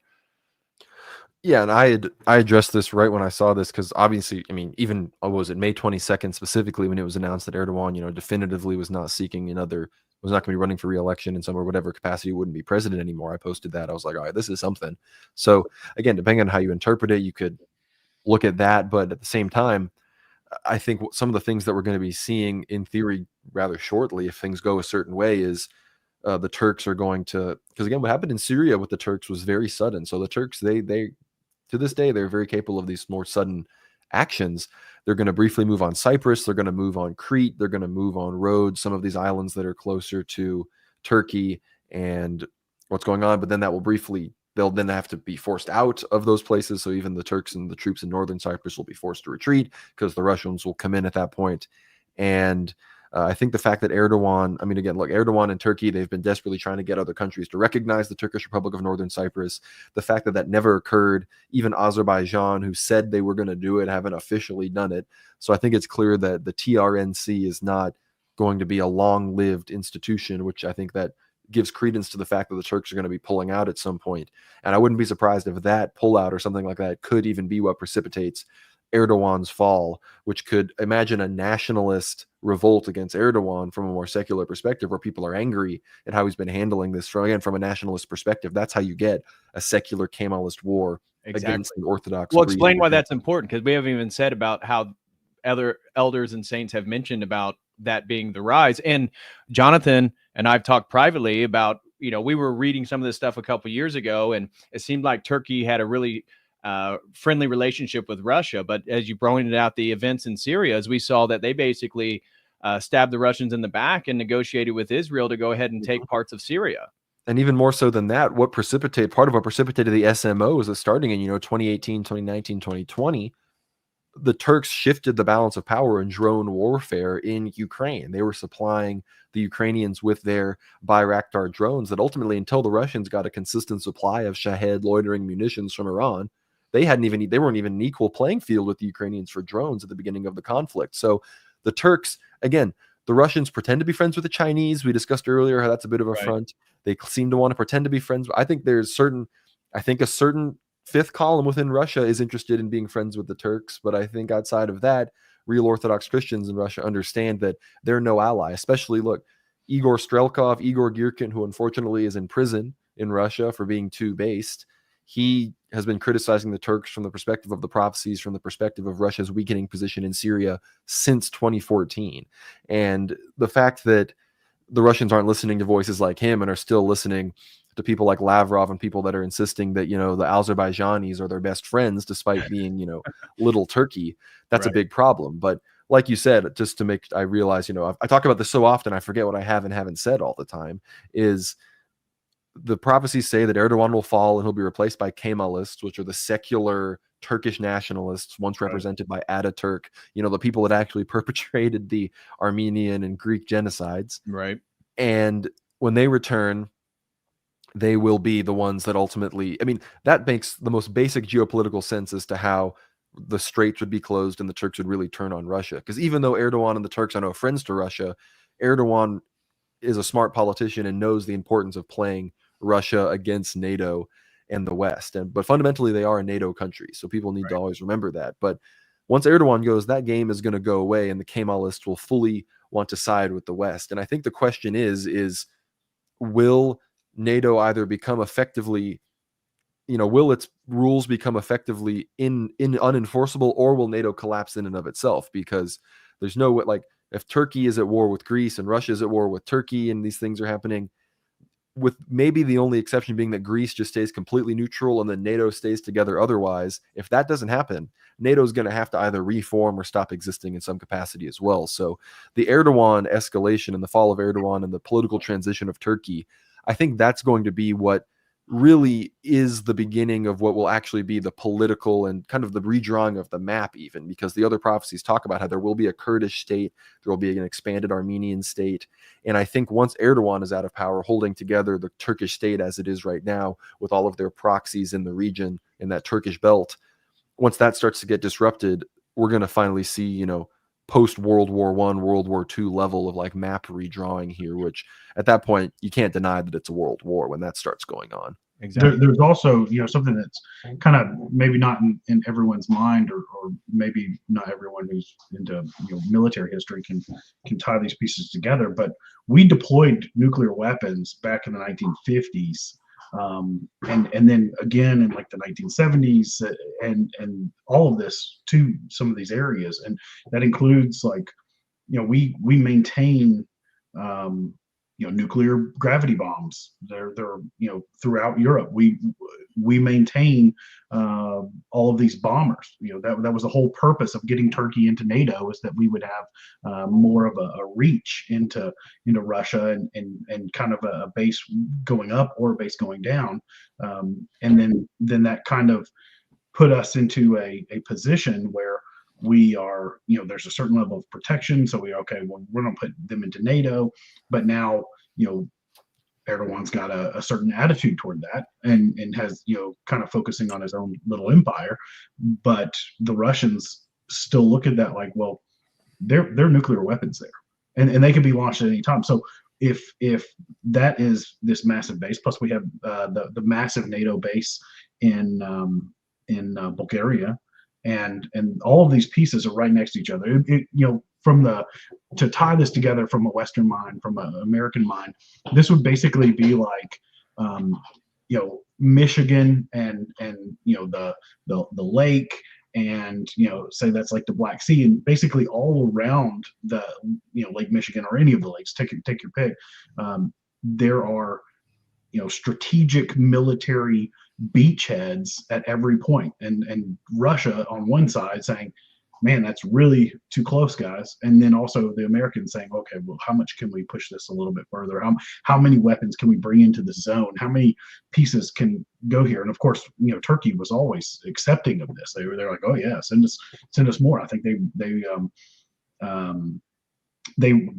but they're playing the both sides of the field by, I think they rejected the Patriot missile systems and bought the Russian S-400s, but they're not compatible with NATO's, air defense system. And then also that's when the US was like, oh, well, why don't you have F-35s, and the F-35 program extended into Turkey.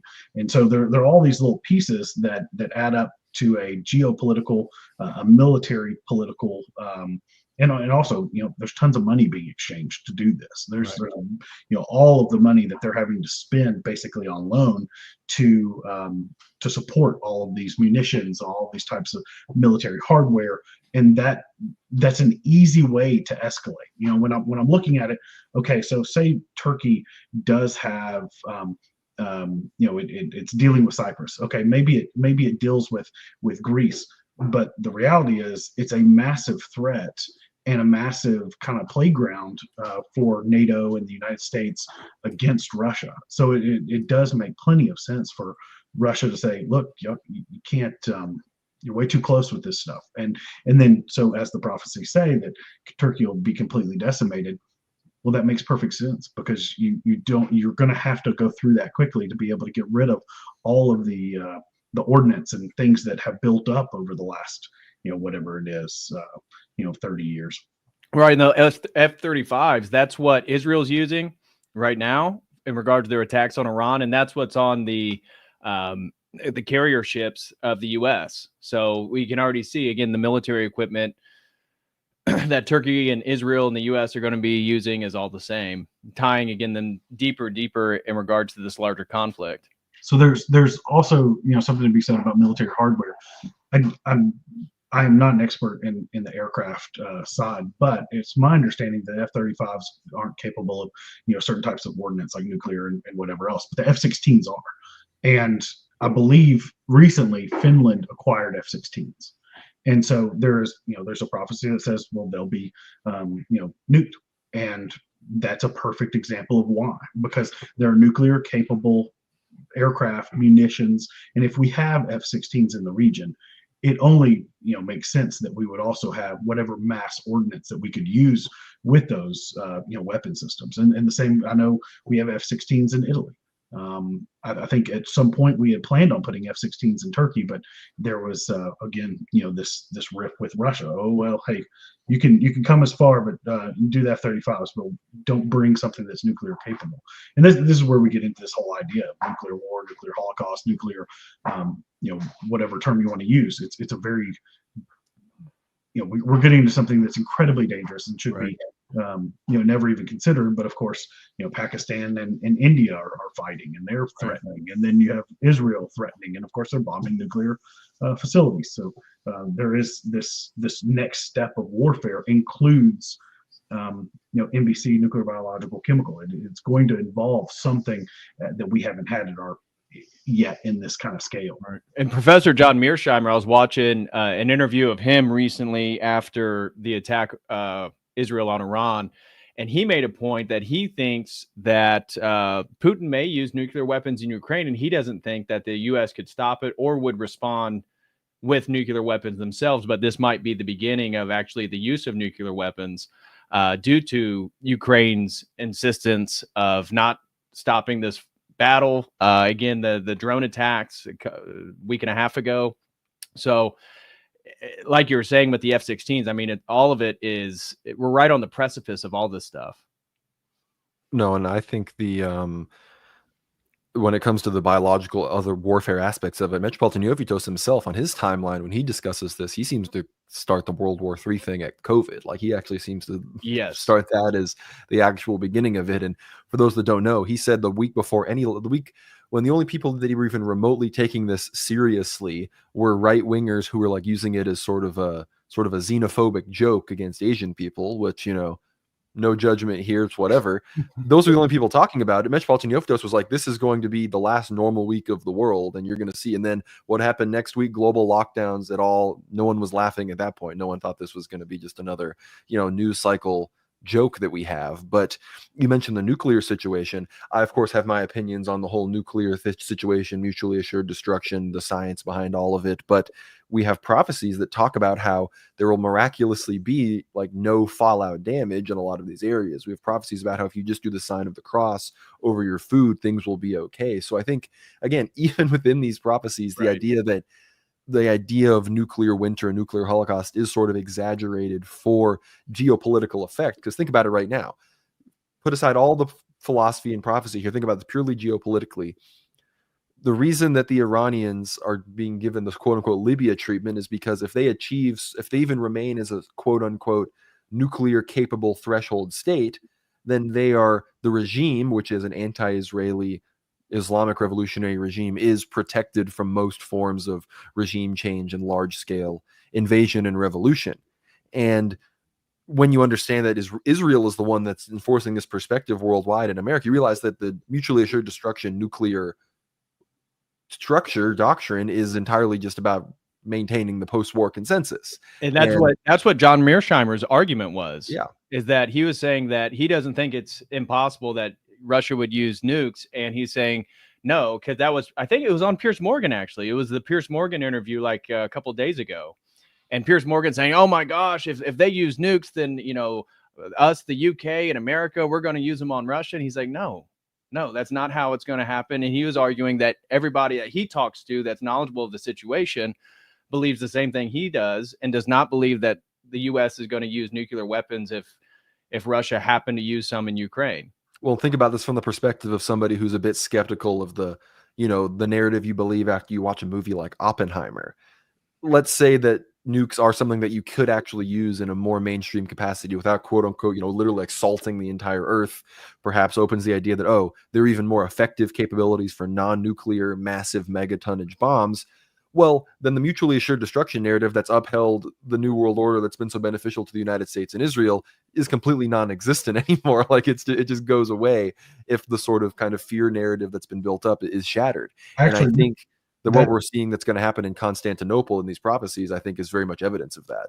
That's interesting because I saw a meme recently that showed like Nagasaki, Hiroshima, and it showed Nagasaki being bombed, and then it 50 years later, what it looks like. Thriving city. Like, yeah, exactly. And you have people living there, and there's this idea, and then you look at some places in America even that look like complete devastation's taken place. That's economic and very different, but it is that goes to what you were saying. Perhaps the narrative around what happens, or is there a way to do that without the level of fallout and things that you might see in, like, obviously, like Chernobyl and these other places that are no-go zones? So next page, it talks about, again, the naval blockade regarding the Turkish Navy blocking, prevents Greece from moving toward Cyprus, prevent the union of the EEA of Greece and Cyprus, create fear and cause Greek residents to flee to the mainland, and to hurt the main tourism and economic artery. This attack will last 3 days.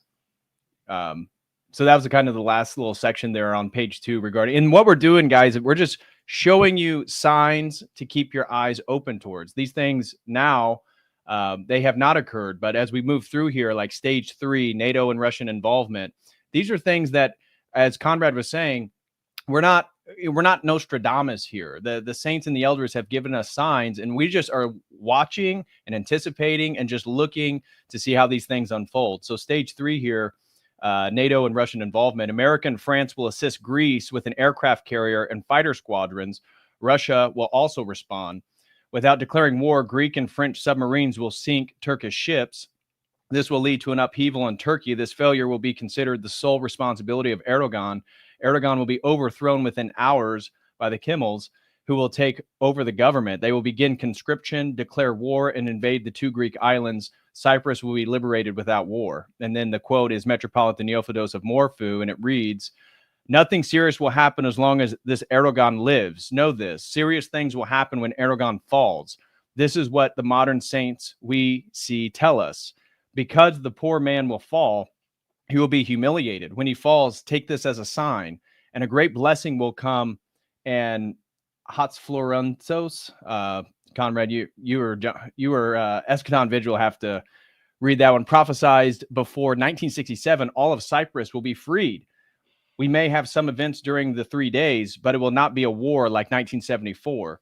The other great good will be, which will definitively solve the problem of Cyprus, is that many Turks will be baptized, both in Turkey and in Cyprus. And of course, we believe that only a third of the Turks, they will flee, a third will convert, and a third will die in this war. So yeah, and that ties in with the again getting to the St. John Vatatsis prophecies. There are many, according to tradition, crypto Turkish Christians. That's, a large amount. I think that third of the population that will become Orthodox. You hear, you get into debates and conversations about Turkish ethnography and, people doing DNA tests, and that, many Greeks who have been reading these prophecies for years, they have developed a sort of a very weird love-hate relationship with Erdogan, because they're like, oh, he's actually an ethnic Greek, and he knows that, and that's why he's acting as this. I mean, reading these prophecies that nothing bad's going to happen until Erdogan dies, he's acting as this sort of pseudo cataconic figure, as it were, because he's kind of, when he goes, that's when the floodgates are kind of going to get opened up. And we hear the stories, from the bishop that ordained Elder Ephraim, for example, that knew St. Joseph the Hesychast, about who himself claims to have seen the marble emperor with his own eyes. Greek generals, Greek journalists, people that have been taken by these Turkish crypto Christians into this secret underground that seems to also be sort of mystically protected area, that where you see this, holy emperor, that if you look behind the Eschaton Vigil's head, you see an icon of him right up there. And the fact that, this goes back to the conversation I had earlier about like thick cultures and orthomaxing. I made the point, it was my definite, one of my, rehearsed, big moments in the talk that I gave, where it's like, look, if you believe that Jesus, like, if you believe Jesus Christ rose from, if you believe a emperor is underneath the city of Constantinople ready to come back, then you can maybe take your prayer rule and take these other things very seriously. And then when you think about that principle, well, if you believe that Jesus Christ rose from the dead, then this needs to be the most important thing. This needs to be everything. And I think that is the most important thing. And that's, I know people that have researched these things as well. And I think that's the most positive thing that can come from, those that are able to handle these things, getting interested in them, because I think God wouldn't have allowed so many saints to be in unison about these things if it wasn't for, for the salvation of people's souls and the evangel and the, the spreading of the gospel to be preached to all four corners of the earth, which we know is going to need to happen before the second coming itself. So right.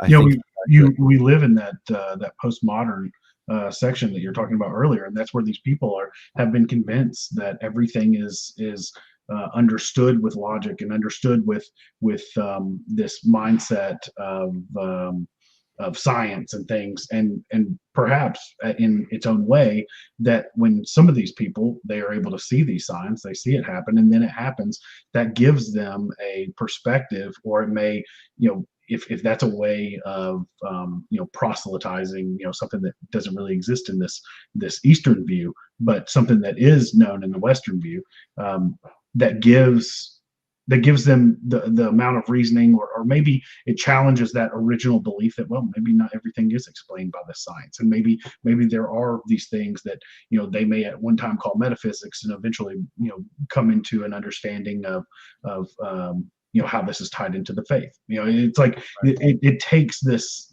step in your mind, because it is a massive jump for. Well, and it gets to the most fundamental disputes, I think, among people and truth and philosophy and everything, even beyond postmodernity and modernity and these things. I mean, it gets to like one in the many. I mean, people can't accept that something this particular about some of these prophesied things and even some of the teachings of orthodoxy, they can't accept that something that to them seems so enculturated and thick and localized to maybe a certain part of the world right now could actually be universal, could actually be applicable to everybody, that the one and the many are completely, reconcilable with one another, that the created and the uncreated, the visible and the invisible, that's what Jesus Christ, for example, manifests. And the idea, for example, that something could actually come back as, a literal, something like the sleeper saints of Ephesus, or a king could literally come and rule. Like, these aren't just because, again, it's not scientifically true, it's unlikely, it's not logical. Eventually, if we believe in the resurrection, like you said, the thickness of the culture, the thickness of the truth of Christianity is going to come back into the fold. Even from a political perspective, people are saying, the end of history is, over, as it were. History is back, these sorts of things are happening. And if that was the first time that it ever truly ended, then it's no wonder that people are considering sort of it as a prefigurement to sort of the end of days, as it were, which, again, I'm not saying that is immediately around the corner, but clearly these prophesied things are what is happening. And the fact that so many of these issues that touch on philosophy, religion, I think even science, like we said earlier, with some of the nuclear stuff being involved in the deception. Metropolitan Neophytos talks about this in his book, the recently published book, If we're not crucified, we will not be resurrected, we will not be glorified. He doesn't get very specific, but he talks about how certain advances, even in cosmology and physics and quantum, will come to vindicate the truths of creation in the Orthodox faith. And as someone who, I've talked to monastics, people, there is many of these people are very skeptical of, the mainstream cosmological model and these sorts of things. And I'm not going to go off on a whole tangent on that, but I mean, look at Elon Musk just today. He's posting a picture of his rocket catch, which I'm not even sure if is real. Right. And it's, no kings, no go, it's a Fallout, not a Fallout, a BioShock Infinite quote, but it's, no kings, no gods, just man, or whatever it is, like only man. And, he's shooting a penis-shaped rocket up at the firmament, saying these sorts of things. And I think when we come to the conclusion, people are talking, you follow someone like Ashton Forbes on X, people are talking about the 0-point energy ether theories, the proliferation of light through something like a luminiferous ether. This has almost been completely proven to exist at this point, and it's just the mainstream is regretting it. And I think when some of these things that we're talking about geopolitically and prophetically occur, if the wars occur, we're going to see some new weaponry. We might actually see some of this hidden technology, which could then challenge some of the presuppositions we have about gravity, science, space, which I've always posited the cosmology, the gravitational model, which ties very much into the nuclear physics. And the question is one of the foundational undergirdings of our modern secular society that allows people to fall back on atheism and agnosticism, because, well, maybe you make a good argument about the reality of truth and morals when you're arguing with an atheist, but at the end of the day, I know space is infinite and I have a good argument for how it came out of nothing. So I don't really have to believe what you say. That's just your moral argument. Well, I think that's stupid, but millions and millions of people believe that because it's basically what you're taught in school. Right. So I think even from that perspective, and I'm not going to go off, most people in the chat, you randomly bring up these things and people are like, what, you're a blank earther or whatever it is, don't label me, bro. I'm just skeptical of the mainstream cosmology. And I think even at this point, with the reckoning that we're about to experience, the epistemological overturn that the world is about to experience, why wouldn't it include a reshuffle on our cosmological understanding? Yeah. You mentioned that reshuffling, but you mentioned the Agathist, or you mentioned the seven holy youths of Ephesus, and I'm a member of both of y'all's different groups, and so I have these separate but linked discussions. And in the Discord, on the War Now Discord, a while back, someone mentioned, hey, can anyone find the Agathist to the seven holy youths? Because Blessed Pelagia mentioned that should be prayed during these terrible times. And so immediately I went on the hunt and found it and did a complete translation of it. And it is available on our website, there's a link down, after the publications where you can put in your email and download that Akathis.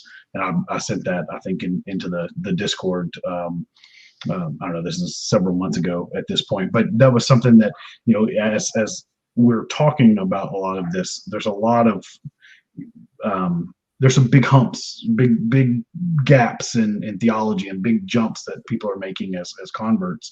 And this is one of those where it's like, how does any of this make sense? This doesn't make any physical sense. How can I reason with it? Well, you can't use reason. So that's one of the things. And if someone's interested in that, it's available there as well.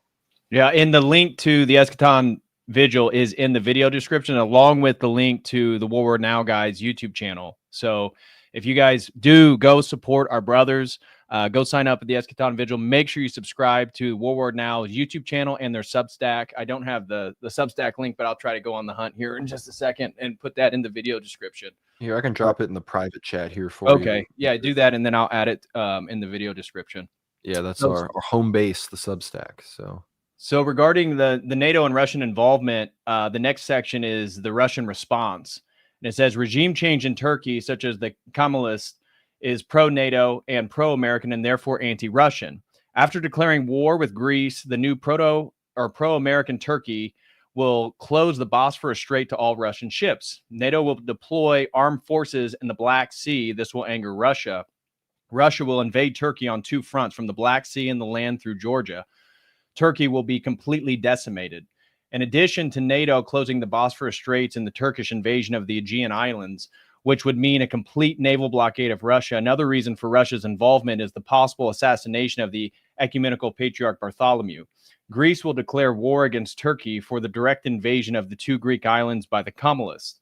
This will become a justification for claiming Constantinople and the Bosphorus Strait post-war. The Russians will declare protection of the Christian populations and the Fanar, and the Russian army will march toward Constantinople and catch up with the Greek army, which will be preparing to cross the Evros to advance towards Hagia Sophia. Russia will take Constantinople.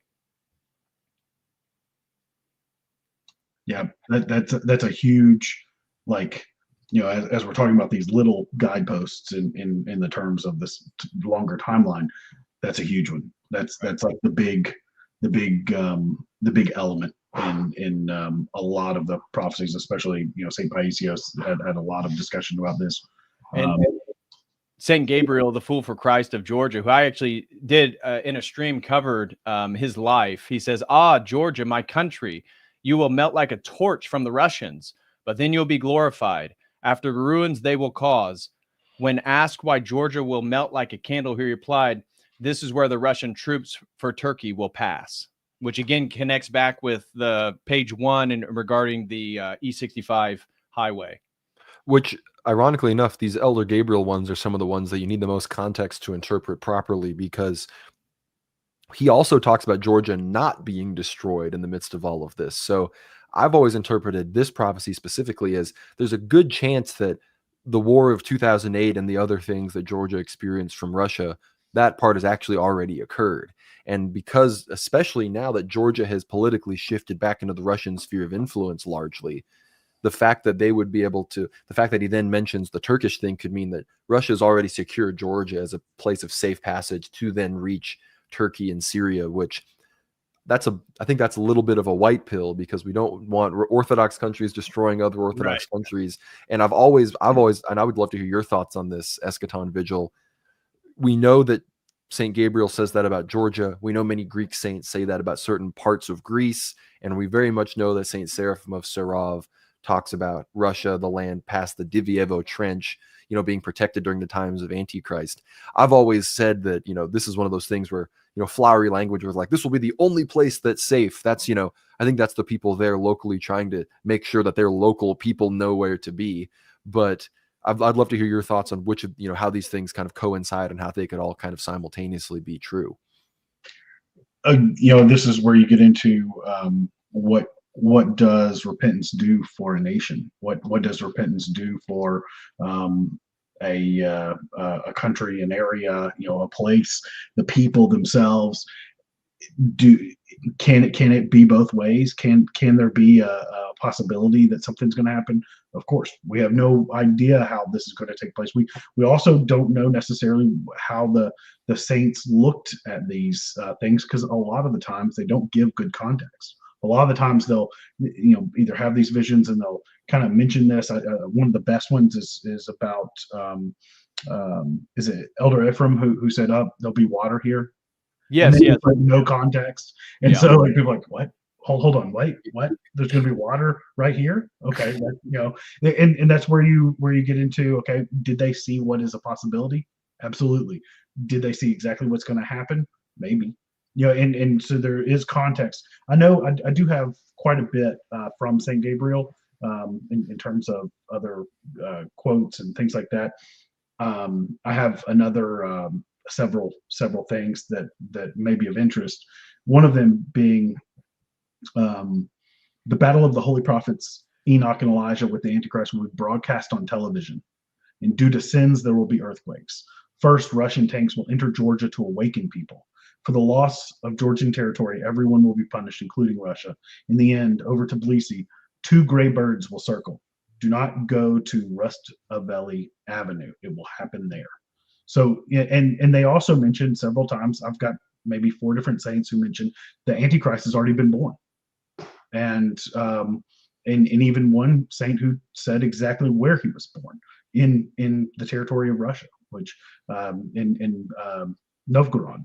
So there's kind of this weird space of what do we understand, what do we put into context, and then there's these things have discernment that we can't really fathom, and so they may have a completely different understanding. He also said that Kutaisi will suffer less than Tbilisi. Don't worry, God's everywhere. Cleanse your heart and pray the Savior will protect you. He mentions several other crises and things around the Antichrist, but he also mentioned, which I think is interesting, and this goes back to even the posthumous revelations of Saint Nihilus, discussing about the Iver and Icon, and when the Iver and Icon leaves Mount Athos, the Saint Gabriel mentioned when the icon of the Iver Mother of God leaves Mount Athos, the bells will ring. And the domes of the churches will bow to the Queen of Heaven and Earth, and all will appear on television. This will be God's mercy for the world to see. And it's interesting St. Gabriel talked about that, because the Iveron Monastery used to be Georgian before it was taken over by the Greeks. Right. And there are several others that we talked about who have also mentioned when the icon leaves, and I think maybe that St. Paisios mentions when the icon leaves, there's just that is a one of those little guideposts that says what may take place. I don't want to interrupt anybody for any breaking news updates, but this is ahead. some pretty relevant stuff. People said this was a few minutes ago and I didn't say it, but Trump said Iran should have signed the deal. I told them to sign. What a shame and waste of human life. Iran simply stated Iran cannot have a nuclear weapon. I said it over and over again. Everyone should immediately evacuate Tehran. And now dozens of U.S. warplanes are on the way to the Middle East, and Trump is refusing to sign a G7 statement calling for calm between right. And he was Israel the only and one. Iran. He was the only one at the G7. I saw that earlier today. The other 6 parties wanted to de-escalate the Israel-Iran situation, and Trump refused, which again just highlights everything we said at the beginning of the stream regarding just a total failure of leadership. And it's I mean, what he's doing is really just a PR stunt. It has nothing to do with him actually having control over the situation. Yeah, and everything that I'm seeing right now indicates that within the next hour or a few minutes, we could be seeing U.S. airstrikes on Tehran. So you may have heard it here first, folks. Wow. Yeah. Stage 4, the global catastrophes and U.S. downfall. This is very surreal to be on a stream talking about this as all of this is happening. I feel like this is very. What are the chances? The revolution is being televised, or this stage 4. This is again, this is a part of a timeline that I created last year and have compiled and added. Later in this document, you can see where all of this ties in pretty strongly with prophecies, specifically from Elder Joseph and Vanapedi and Saint Athanasius. or so. But this is going along what I've been able to assemble and kind of characterize as nothing short of unbelievable, especially for those of us who live here. And there are ties, not just biblical, but also prophetical, that mention, go to the monasteries, flee to the mountains. Be in the monasteries, in the mountains. And so I have one of the members of our Eschaton Vigil group. He's in California, actually. Him, his priest, and several other people, and they have plans basically at a certain elevation, whatever that elevation is, as the monastery of St. Anthony's, to be able to get to that location and have resources and things like that. So should such a thing take place, but without going into detail, and some of this I think you've probably discussed on the other podcast as well. Basically, America goes through some enormous level of disaster, including the civil strife, earthquakes, or destruction in every form and fashion. And if you look at this from the Eastern perspective, from the perspective of the church, this is due to the sins, and we have Sodom on one side and Gomorrah on the other, and of our nation, and those two are now going to face this level of due right. comeuppance. I want to read just a little bit of this document here, at least this section, and if there's something more, John or Eschaton Vigil, I can I can read that. But it kind of highlights everything that we had already been talking about. And so it says, around 400 miles east of the San Andreas Fault in California stands the famous monastery of St. Anthony in Arizona. It was built as a bastion of orthodoxy and protection of the pious in America. Be the sanctified Elder Ephraim himself. Thanks to his monastery and the tomb of the elder, this disaster will not be allowed to go any further. At this point, it will not be a simple seismic disaster, but there is a concern that whole cities will sink into the Pacific and the Gulf of California. This will be a huge biblical disaster that will stop the power of the USA. That was, again, referring back to any potential calamity, geological calamity. And I said, again, whether this volcano that CNN and some of these news you guys can put up, just put in mile-wide volcano Pacific coast, and you'll see articles pop up over the last month about it. Something to point out. When in gathering some of this information, I try to read as much of context and read as much as I can, and listen to even as much video footage or people discussing this. Elder Ephraim was heavily criticized for going to America. Yes, heavily criticized, and basically said, "Look, these are the people under the thumb of them boys, and they they're going to get what's coming to them, and that we've caused all this strife, all this destruction, and that is part of our lack of repentance, that this will happen." And of course, the elder saw things very differently, and he had the Holy Spirit gave him this understanding of, well, perhaps there will always be people who need to be saved, and took that idea, of course, established, I believe, 19 monasteries in America, and created these places that America post this destruction will be able to have this resurgence of orthodoxy, or new surgence of orthodoxy, as it is here in America. That's something that shouldn't be understated, because a lot of these elders came under massive criticism for saying these things, and all of them basically have come under some type of criticism from their contemporaries when they would say this, and a lot of this gets published posthumously because of that. Even Metropolitan Neophytus mentioned, basically he wasn't supposed to talk about this until he was a certain age, and that people just can't understand. They're thinking about this in their own terms. Everyone doesn't have the full breadth of conviction, because they can't see it. They can't possibly fathom what this would look like. And obviously Elder Ephraim he knew that something had to take place. So he came, Right. did this, and provided us with tons of information about it. And just like the fall of the Western Roman Empire, it was monasteries that preserved civilization, manuscripts, reading, education. And that's exactly what Elder Ephraim, why he built his monasteries and what he expects to occur after, again, some of these major calamities. I want to read Metropolitan Neophytos of Morphu's quote, again, regarding the American situation. They told me that 2 months ago, I was working with someone who prophesied. Now, I don't want to say his name. And he said the following: America will become Ameripart, and its beginning will start within 2024 with a civil war. That's what he said. The civil war will begin and will end with a great earthquake. This is not an earthquake. This is a biblical revelation that will happen in the San Andreas Fault in California. I won't describe it. It's terrifying. And that America is the people. God preserve us.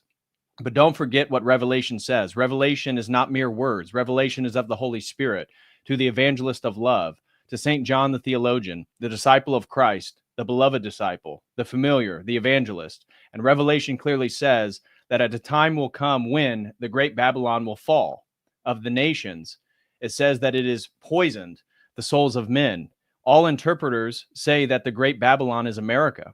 Never in the history of nations, of empires, have we had such a poison to all people due to technology. We didn't have it, not because of the Roman Empire was better, not the Chinese more ancient, or the Egyptian, the Greek. When the Greeks were an empire, all had their own passion and malice. And then the one I wanted to finish on was St. Aristocles of Moscow. America will feed the whole world, but in the end it will collapse. In the heart of North America, a giant volcano explodes and causes a terrible state of emergency. The explosion will cause a very strong earthquake. The water, the air, the earth will be poisoned. Neither the beast nor the bird nor the man can live longer in the contaminated earth for a long time.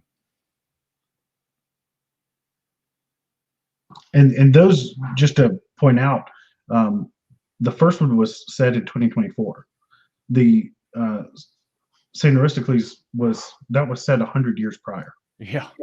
We're talking about in going even further to the 1200s with Blessed Agathangelos, and you're talking about a millennium of texts of revelation from the Holy Spirit, of understanding of something that we lose when we go into this post-modernity. We lost this concept of being able to have something that ties us to something greater, and even that as that's only happened in the last 300 years. Right. Especially people understand that Elder Agathangelos, I mean, he existed right at the same time around when St. John Vitatis was living as well. So we have a very continuous, I don't know if there's a century where you don't have saints talking about this and this stuff throughout the Orthodox Church. So you can't say that, oh, this is a product of Greek revolutionary thought, or, oh, this is a product of, because everyone always we've all heard the apologetic from Catholics. Orthodoxy was actually invented at the Paris school in 1922. You hear this kind of stuff.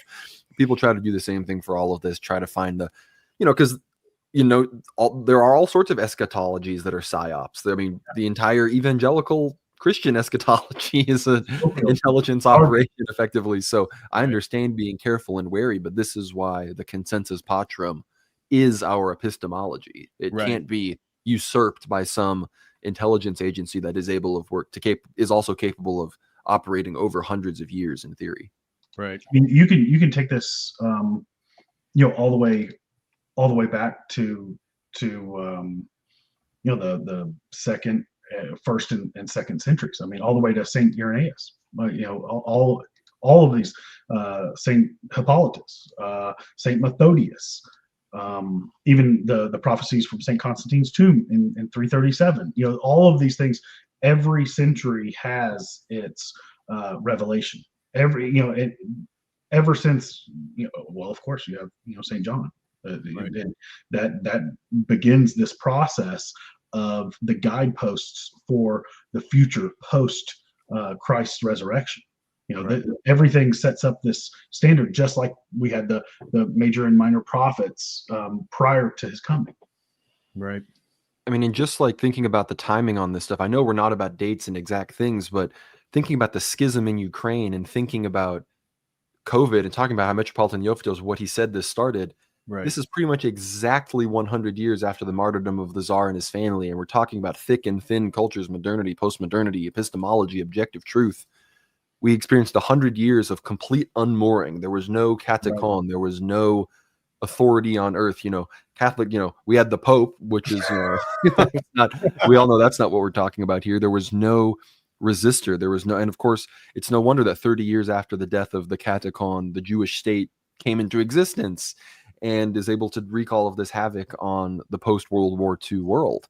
And now that's been 100 years of this sort of epistemological, cultural, identitarian swamped black hole, we're finally returning. And this is, God let us have our own way for 100 years, as it were. And now we're coming back. It's coming back with a vengeance. And look what we did. We destroyed, monarchies, which for those who have read the Russia Before the Second Coming, that explains and of course, all biblical texts explain how the kings are the anointed ones, and that you get the leader you deserve. In a sense, God puts this on us, and then we lose that, and look what we do. We start destroying these things, and obviously we have a certain perspective of who is behind that, and how that precipitated, and then of course you have what takes place with the ethno state. People are asking questions about Zars and stuff. Dimitri and I do have plans in the future to analyze all of the claimants to the throne, but I mean right now US jets are off the ground in the Middle East. Israel Channel 14 says we're approaching the Great War, already displaying US attacks Iran on their channel. So I mean, this might be happening live on the air. You heard it here first, Bert. World War now. I wore the sweater, but it's Providence, and I hold off because people were asking me to do a stream about all this stuff like the day it happened, and I wanted to wait throughout the weekend to see what emerged, what transpired, because I knew the situation may change. And so, what are the chances we're here Monday, 4 days later? And America is already fully involved, and Israel's calling it the Great World War, or the Great War. I mean, it's already fitting the contours of everything that the saints have said, and what we're discussing today, everything that we've talked about.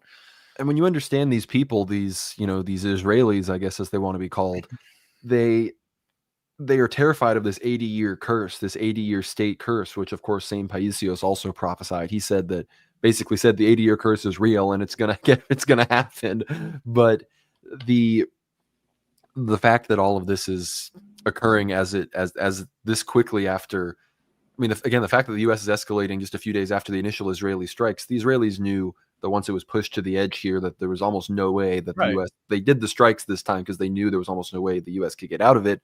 But this is exactly what we were talking about. That was prophesied, that the precipitation of the events is going to start rapidly accelerating from here on out. And some of those precipitous events for a few weeks may be on things that we had no idea was even coming. And just like we've stationed bombers several months ago down in the Indian Ocean. We were looking at all of this from an idea of what we see right now, and not what has been laid out for months and years in the effect, like the spider web and the other operations. These aren't, we see them as happening now, but they've taken place over years or several months. There's a lot more to these operations, and we're just now being able to visualize this, and all the things coming through. We don't have the same perspective of this is your reality, not the full scope. Right. I want to read these two quotes. The first one by Saint Porphyrios. I've read this in a stream before, but it's worthy rehashing here. When a black president takes over the governance of the United States of America, then their destruction will approach. And then Saint Paisios, that was in 1991. This is Saint Paisios in 1994. We don't expect anything good from the West. The sun continues for so many years to go to the West, and still it has not brightened, but it is getting darker. Everything is ruled by God's word, not by the Americans or the Jews. They prevailed once because God allows it to discipline his people. The bread of the EEC is few. The English and the Americans are a people who work together. He tells you, what is going on here? Does Hitler raise his head again? And they will dissolve it. The meanings of all these are captured by international Zionism and an international stock market called America. America doesn't exist. Zionists are America. So after they receive the satanic messages, they promote them to the Vatican. This turns them into plans and then invites Islam to implement them. This is the way satanic schemes work today. They succeed and captured our leaders. People from different places went to America. Each one carried his rag, and so there was a rag. America is like a loom, which assimilates all the rags. While the EEC, there are conflicting and intertwined interests. The time will come when the slave will become master and the master will become the slave. America is like a fox and walks with all four legs, but the day will come when all four legs will be trapped in the traps that she set for others. America will be frightened by the power of Russia and will fear it. St. Porphyrios is amazing, and I saw Eschaton Vigil hold up one of those books that these quotes are from. I know part one is St. Porphyrios the Prophet, and I stayed with a Athonite, a hermit on Mount Athos. He's actually American, but he speaks Greek, of course. He's actually making a new translation of those books because he thinks they could be done a lot better. So hopefully we can get even more clarity on some of these. But in those same books as well, we talked about cosmology earlier. St. Porphyrios also says that the universe is not infinite and very much has an end. So science tards absolutely seething and balding and pissing their pants. But I think the St. Porphyrios, he's had so many wonderful things to say about this. And again, you still to this day have people saying, well, actually, don't you remember when St. Porphyrios wrote that letter to St. Paisios to stop talking about the prophecies? Well, that's been long debunked because the source on that was Metropolitan Neophytos, who years later came out and said, my source on that is unreliable and I can no longer trust the person that told me that. So completely disregard that. So the normal one havers desperately try to bring that one up, despite the fact that it is something true. Something interesting. I remember when you originally did the podcast with Father Peter Hears, and he was like, "There's no way that says that." And then I have the book, and he has the book, and he said, "I went and looked at the book. It's like, sure enough, that was there."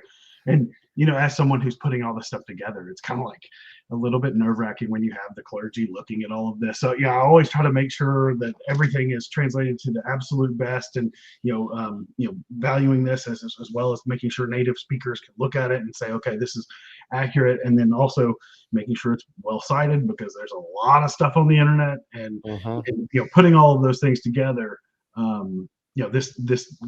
I've left out a lot of the citations in this document, which I hope to add here soon, but it's one of those pieces where you're like,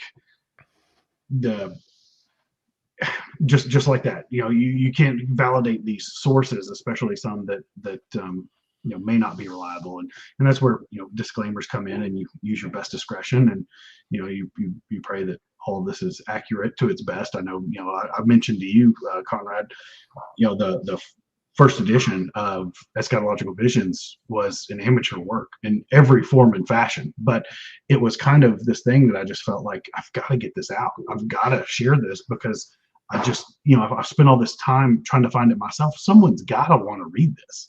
Someone has to want to know this in the Western world, because I do. And, it may not be for everyone, but I see it as this, this thing that kind of got, piled in my lap and was like, hey, go ahead and do this. And, I feel the exact same way about my show. I mean, if you go back and listen to our earlier episodes, I'm not going to say I'm not proud of them, but compared to the quality that we do now, it's much lower. It's, two guys, much crummier mics. We didn't have as much time. We were doing barely one show a week, but no one else was talking about geopolitics on a regular basis through this perspective. So I was like, if no one's going to do it, I just have to. And I'm not saying that God is rewarding me or anything like that, but just because I did it and stuck to it, so many amazing opportunities opened themselves up to me. I was able to go to Russia. I was able to go to Cyprus and meet Metropolitan Neophytos. I'm able to be on the stream right now with you guys talking about this as we are about to be dragged as it's on behalf of Israel. So again, I'm not saying that I'm somehow ordained by God to be doing these things, but the internet is being used, like Metropolitan Neophytos said, despite all the horrible things it's done, to sound the alarm, to whether that is about this stuff or about the truth of orthodoxy. I'll go ahead and mention, I had so much great feedback, and I've had some really great people reach out, and I have a feedback link at the bottom of our website, and I get all of those emails. And so I had a whole bunch of people send me feedback on the book, like I put the wrong icon in there. There's so many things that were just these little mistakes. But as you're doing this, and of course me learning first one, and then going through all the rest of the text, and then it starts to really tie in, and then of course trying to put this into an academic scholarly step and make sure everything's cited Your and footnotes, that's what I love about the works you put together, is you cite where you get everything. That is my goal. That is what I want to do. I think that's the best approach. And then if you may be better at some of these things than I am, you can go and look at the original source and decide for yourself, does this have context? Just like we were talking about St. Gabriel. Yeah, there's definitely some context to be looked at for some of this. And we're all looking through it with our lens, and we pray that we have some bit of guidance and direction, and we pray that we have discernment, and we pray that we have a way to put this together for people. But of course, you never want to put out anything that's incorrect, and just because we're humans, it's going to happen. So I was thinking about that as some of those pieces were going on. So hopefully, that's an understood thing. I'm putting your Substack in War Now right. And so, guys, you can now go subscribe to the War Now Substack. That's in the video description, along with the YouTube channel. Want to move to stage 5, which is World War III. It says God will stop the Russians at Mount Tabor, and it's coming from a 1979 prophecy from Saint Philomena. My children, I will tell you something that you will live, but I will not live to see. Until here, in the plain of Tabor, the Russian army will come. He will come down from the Caucasus, Georgia, again, connecting with things that we've already discussed, and will do a lot of destruction. His goal will be to reach Jerusalem, but he will stop here. God will not allow it to go further. And then for context, World War III will begin. The Catholic Pope in Israel will make an international appeal to NATO to intervene against Russia. Many countries will attack Russia at the same time. Even Japan attacks Russia from the east. Russia will not be able to fight on so many fronts and will begin to retreat. Nuclear weapons will destroy the big cities of Russia's enemies. Russia will keep the Islamists as an ally, while it will claim to the Turks that it entered to overthrow the atheist Kemalists, and will once again give the government of Turkey to Erdogan's Islamists, making them loyal allies who will fight with it against NATO and the US. Constantinople then will be mercilessly hit by the Westerners, with the result that not even a Turk will remain there. And this will last 2 years. And then, of course, we have further quotes from St. Paisios, St. Cosmas, and others. Well, St. Philomenos is honestly, he may even just be my favorite saint, if I could even say that, presumptuously, but he is one of the most amazing saints of the 20th century. I was able to buy this icon of him in Cyprus, where he was from, not far from where he was born.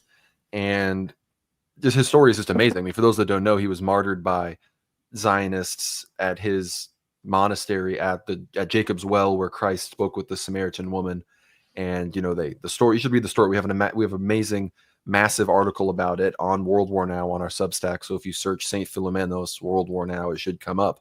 But I think his prophecy specifically about Russia and Tabor is probably the clearest prophecy about this, that I think is, like, if I were to bet on one thing happening almost exactly how it was, that would be one of them. That's maybe what people might call out there, but it just shows you how this soft-spoken man whose destiny was to be martyred, he entered monasticism with his brother at age 12. This was not a international studies scholar. This was someone laboring in the West Bank, and this was revealed to him right before his death, and it was clearly God told him he needed to tell people about it. And now we have Metropolitan Neophytos, who was able to spread the word. And I think this is something that, again, when the Russians start moving south, it's going to be in this fog of things that, who knows if we'll even be aware when it starts, because things are going to start precipitating so quickly. We got to, people are going to have to get on, not unorthodox, but, different channels, because the information spread, I think, is going to rapidly get disrupted as this thing escalates here. Something else that we could probably tie into this, it just makes me think of the anonymous prophecy of 1053, that where I believe it's 24 little snippets, and in that there's discussion kind of it goes through the number 9 is a new European war, which would have been World War II. Then 10 was the union of Orthodox populations in Germany, defeat of the French by the Germans, and it skips on. And right now we're in this weird spot of, one of the prophecies was England to the Saxons only, right? So that's England getting rid of the EU, and then the victory of Orthodox peoples and general slaughter of the sons of Agar by the Orthodox, which is Turkey and Russia, right? Sons of Hagar being the Muslims, and right. the victory of Orthodox people, and then anxiety in the world, general despair, and then the battle of 7 nations in Constantinople, slaughter for 3 days and 3 nights, and victory of the greatest nation over the 6 nations, which is talking about Russia. And then that kind of, so you have this prophecy from 1053 that was, anonymous and kept in this monastery, but it ties in exactly with, 30 other saints saying the exact same thing on a very similar timeline. We're still on this timeline, this phase that I had built, a year ago, but there's, after that ties in exactly what Elder Joseph said verbatim, and you can discuss that, I guess. Yeah. Well, I was people in chat have brought up St. Cosmas of Aetolia as well, and I'm seeing here, I don't know how recent this is, this seems to be posted today. There's new developments regarding Turkey and Greece's EEZ and their Blue Homeland plan, that this seems like a good transition in Eschaton Vigil, if you have some of those about the nautical mile barrier and whatnot between Turkey and Greece, that if they're actually moving on some of this stuff and addressing this at the time that all this is happening, this is a prophetic confluence that even I wouldn't have necessarily told people was going to happen. Right. Let me try to find an image real quick that I've got. It's basically an image of the Turkish, heads of state discussing how they're going to take some of these islands, and it shows them like on a screen. I'm sure y'all have seen it. Well, one of those, that's a screenshot I've been using for years, is of, because before we had Ekrem Imamoglu, who's clearly the most likely Kemalist successor to Erdogan right now, you had, of course, Kilic Daroglu, who ran for the presidency in the recent election and spooked Erdogan, who, despite being a somewhat incompetent opposition, he actually almost did overthrow Erdogan in the previous election. And he has all sorts of videos saying, the Greeks will have no idea we're going to come in the night, we're going to move on them, and we're going to take their stuff. All just the same bellicose Turkish anti-Greek rhetoric as you would hear from the neo-Ottomanists. And I'm great friends with David Erhan, other people that are Turkish Orthodox Christians in this part of the world. And ironically enough, despite being Islamist, the Islamists in Turkey are much nicer to the Orthodox than the secular Kemalists, because the Islamists, they'll be like, okay, because for better for worse, Islam, it's a very ecumenist religion. Right. They love ecumenism with their fellow people of the book. Right. And they're like, oh, you guys, you're Orthodox, you're traditional like us, we believe in, higher power, and we believe in, the conservative, these sorts of things. And the Kemalists are like, wow, not only are you a stupid, superstitious, non-secular person, but the religion you believe isn't even like the one that our people did. So honestly, like, double screw you. Like, that's sort of the perspective of these secularists. So it would make sense that even though people might think, oh, but Erdogan's turning things into a mosque and he's a neo-Ottomanist and he's invading Turkey. Yeah, his geopolitical decisions have negative consequences for Christians outside of Turkey, and he's not expanding orthodoxy within Turkey. But unfortunately, he is not far from the worst that could be for Christianity in that part of the world, or at least definitely in the short term.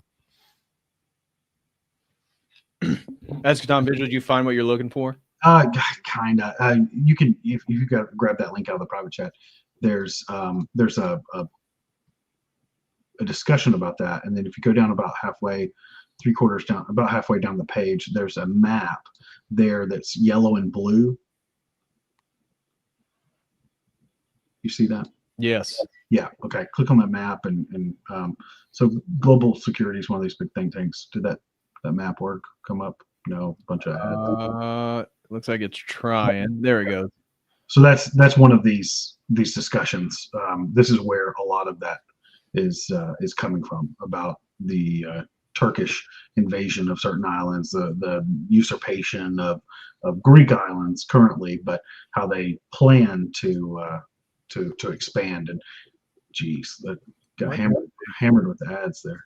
There we go.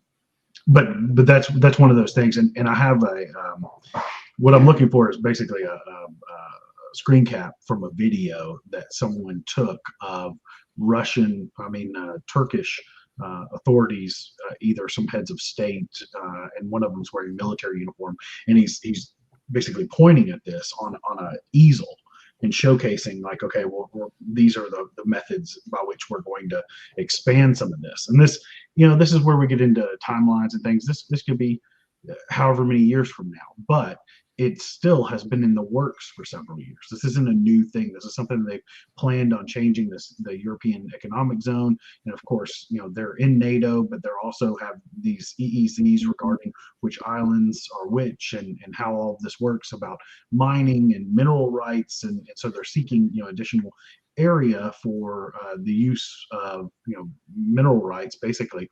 And, in a very, but it's also and geostrategic. It also has a big political element. This could be years from now, but it's one of those elements that it could also be in the next week. It could be happening right now as we're talking, like some of the other stuff is.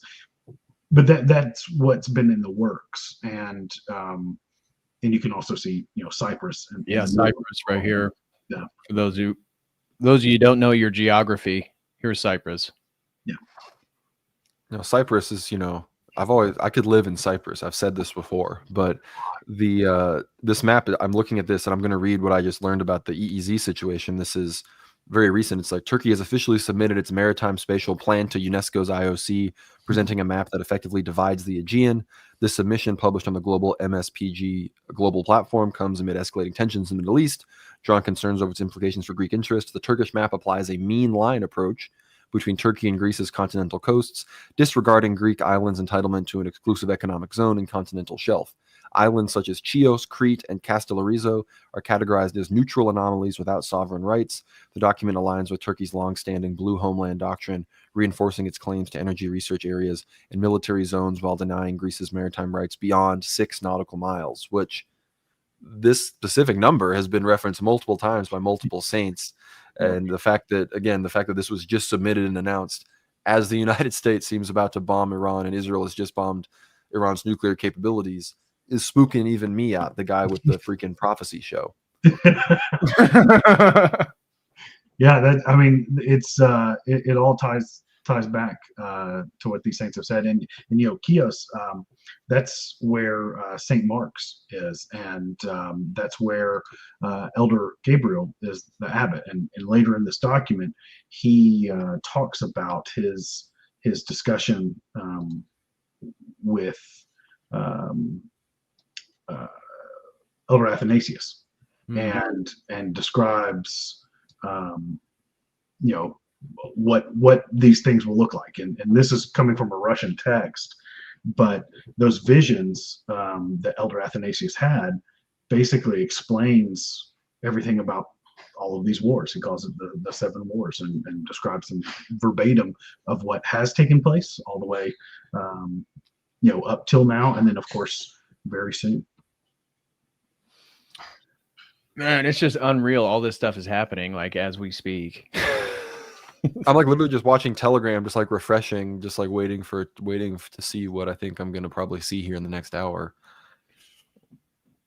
Well, let's kind of continue forward with our document here. We kind of already hit on stage 5, and then stage 6, Hellenic Constantinople, and then the Antichrist. Constantinople will be given to Greece. We've said this multiple times. Emperor St. John, Duke of Vatatzis, will arise to rule. By the order of the Holy Elders, Greece will be kept out of World War III, which will neutralize the great powers and Islam. Humanity will despair, once again highlighting the peaceful Orthodox Greece as a new global power of creation and humanity. Our authentic Orthodoxy will then spread everywhere, even India and China, with people longing for its peace and love, its brotherhood, and its divine assurance it provides. The Greek language will again become sought after as the only one that can express with the greatest possible perfection the divine meanings of the gospel.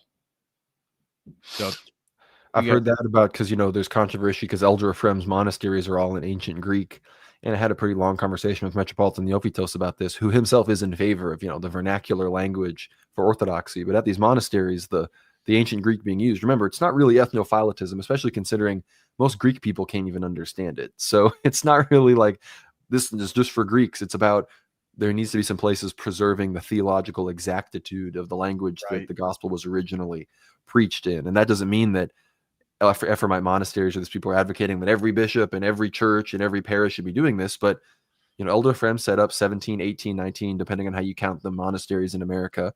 And maybe some of them turn to English, but I know a few of them will, at least in the liturgy, are going to remain committed to the ancient Greek. And I don't think people who I think I'm on this, I agree we need to have English language liturgies at all the parishes, but this is something, a little bit different. And I think the fact that, Constantinople, Cyprus, all these places are going to, this is all about, like, I don't know if we've mentioned this before, but clearly we're witnessing, at least prophesied, is out of all of this, a sort of a sort of a merging of the second and third Rome will kind of occur. Right. And I think politically the question is we know that the Russians will give Constantinople to Greece. The question is sort of what will Greek, Russian, and then even Georgian, Serbian, what will pan-Orthodox relations look like in the midst of that, and how will it coincide with I think if it's an ecumenical council, it would be the 10th ecumenical council, because we know the Photian and Palamite councils are the 8th and 9th councils respectively. So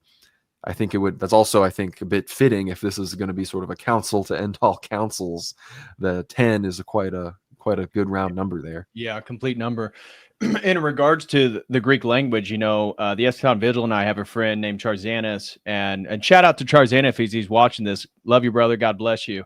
But one of the things that he's lamented in our private conversations is that within the younger generations, the millennials and the Gen Zers in Greece, is that they're losing contact with their ancient heritage. And so they're not interested in the church. They're not interested in tradition, prophecies, what the elders have said. And even for him, he thinks they're losing their linguistic abilities to even engage with their history and culture. And so that's a real problem. And when I was in Greece, I went to Thessaloniki with my wife. I noticed that when you look at the Gen Zers, the millennials, like they all look like Westerners, like the way they dress, the way they're engaging. And so this monolithic secular culture that America has given risen to through Hollywood and it's in all of its pop culture is that it's saturated different places, and Greece is affected by this. And I think that's maybe the invasion by Turkey or the realization that all this stuff isn't just like you said, ethnophilic, hogwash, mythology, cultural narratives, but this stuff is real. Hopefully spark a revival within Greece amongst the younger generation to actually preserve the thing that they have. Because I think, and Conrad, you can probably feel the same way. Like when I went to Greece as an Orthodox convert, like I loved how Orthodoxy was saturated into the culture. Like it was amazing. It was an amazing experience that you walk around and Thessaloniki on a random street corner. There's a chapel. There's, a series of icons, a place to pray, and the candles are lit. Somebody's going by and keeping the candles lit. Mm-hmm. And then to see the young people like not engage and not really care about the thing that they have, while us Westerners who have the thing that they think they want, and we're trying to get rid of it, and we're trying to move back to what you call a thick culture, but I call a pre-modern worldview. It's just kind of sad. And so hopefully these things can spark a sort of cultural and religious revival in Greece so that they can cherish and protect the thing that they have. No, and it's, going to Cyprus, you walk around. I mean, their president for like 15 years was also just the archbishop. So it's just a totally different, and there's statues of him everywhere. And with all of the stuff about, St. John Vatatzis, I mean, there are, I'm sure, Eschaton Vigil also has heard about all these. There's stories of him appearing to people and telling them how they're going to play specific roles in, his, empire, as it were. And even in some of the specific prophecies talk about how, because there's prophecies of a Zar, there's St. John Vatatzis, there's other saints that are going to, St. Seraphim of Sarov is apparently going to come back. So these people are all going to have different roles. They may not even be identified as who they were perhaps in their initial lives. Like it reminds me of, for example, St. Fyodor Kuzmich, who was Tsar Alexander the First or the Second, I'm forgetting, who, you know, fled and faked his own death and lived as a starets in the far east of Russia and is a canonized saint. So even though he's not canonized as a czar, we actually have multiple of the last 6 czars of Russia are canonized saints, besides just Tsar Nicholas II. And I want to encourage everybody who wants to learn more about, because, you know, we're almost 3 hours in at this point. Right. If you want to hear more details about St. John Vitatsis, please check out part 1 and part 2 that we did on our Ether Hour show, which is our paywall show over on the Substack that Dimitri and my co-host did with Gregory Hears, Father Peter Hears' son. We did, who, as far as I'm aware, it's the most extensive English language piece of content about St. John Vitatsis that's really out there, besides, of course, just translations of things that were written in Greek. So it's part 1 is all about his life and who he was and why it matters and what happened. And then part 2 is all about the prophecies and what is to come. And, you know, I think he's somebody that everyone's, you know, he's somebody whose intercessions everybody should be seeking at this point, because, you know, especially, you know, he was able to resist them boys, the Zionists of his time, as well as the Muslims. He was able to resist the temptation of engaging in usury in his empire. He even, you know, stayed at the plow his whole life. So as we're witnessing people like Donald Trump and others do what they're doing, we can ask for the intercessions of someone that we know was a truly holy a ruler. leader. And Tsar Nicholas II, you know, thinking about all these people, you've got, you know, Constantine, Tsar Nicholas II, St. John Vitatsis is very much a kind of a central a middle figure in time, you know, so representing that central era where, you know, it was the Byzantine interregnum. He himself did not rule over Constantinople, but this is a symbolism that I've thought through myself, much like he set the groundwork for restoring, you know, the Byzantine Empire and retaking Constantinople for another 200 years before its final fall. What he will be doing by facilitating this brief successful period with the resurgence of orthodoxy it'll be sort of a shortened version of those 200 years. Maybe instead of 200, it'll be, you know, 50 or 100 or something of these years where the gospel will be spread, and then the Antichrist will come, much like the Turks finally took Constantinople in 1453. So these things, they sort of work in cycles, and the times themselves are, you know, nothing new is under the sun. So we are sort of much like we experience the types of Antichrist that increase in their Antichristness until the final prototype emerges. We experience that same, I think, in how we as the church militant engage with these processes and cycles within civilization as well. Yeah, great point. You know, there's as I was mentioning before we moved from that, before we actually got live, I'm commissioning a new icon tradition to be hopefully blessed. I've got, you know, some discussions with Yanis Starsakis, who Charzanis was so gracious to translate for us while we were discussing all of this.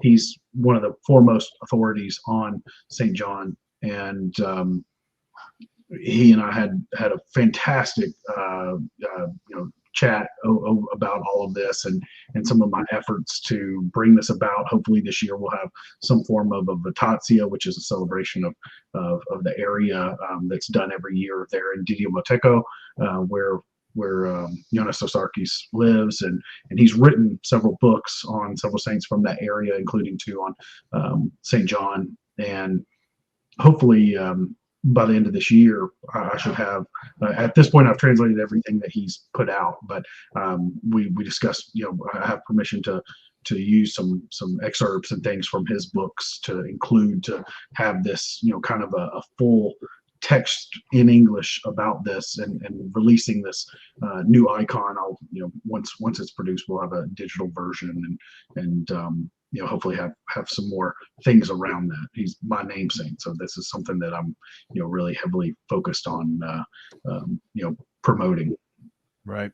And, you know, a major shout out to you, Conrad and Dimitri, because I remember when Eschaton Vigil watched your show on John Vitatsis, because then we talk regularly, and then he was telling me about it. What? And so we had to check it out. And so great stuff, brother, and keep doing what you're doing. And again, I shared your Substack link. So guys, go subscribe to the World War Now Substack, go subscribe to their YouTube channel, go to the eschatonvigil.org and support our translation efforts and getting all this stuff into English. Thank you, brother. Greatly appreciated. And I've said this story a million times to the World War Now audience, but just so people are aware, like, much like Jonathan, this is very near and dear to my heart, because when I became Orthodox, when I was brought into the church, I went to like 3 or 4 liturgies before everything went locked down, and we had COVID for that entire time. And I was I was, again, I didn't lose faith, but I was like, is this all it takes for the church that I just, converted to, because it's the one true church of Christ, to, just shut down because the world says so because of this fake nonsense? And thankfully I was, watching liturgy online, and thankfully I found Metropolitan Neophytos and his live stream liturgy, and seeing him get arrested and resist the authorities in 2020, like that gave me the strength to deal with the nonsense I was dealing with here in Austin, Texas, and even up in Idaho at the time. And I was trying to go to church and all of this, and people are calling the bishops on the priest and the police, and it was just a horrible time for somebody who was just who had thought he had left the confusing nonsense of Protestantism, and joining into Orthodoxy. But so Metropolitan Neophytos, like, is a hero, and I'm not, and I get very defensive when people say all these horrible things about him, because he had a dramatic influence on my life. And I wouldn't go so far as to say that maybe without him I wouldn't be Orthodox, but I would have had a much harder time in that time of my life if I hadn't found his teaching and his wisdom. And that was I was watching his stuff well before the prophecies came into it. That came later, because I wanted to watch everything he said. So, people. And if those who don't know, I did a whole stream covering some of his videos that Conrad's talking about. I mean, New World Order, Zionism, Khazars, Ukraine, Russia, prophecies, eschatology, globo homo. Like, he hits on everything that, I mean, all the major theology. Even so many of his talks are just like, he gets into the meat of Greek neo-patristics and the Cappadocian Fathers, and how the Theotokos works in the world.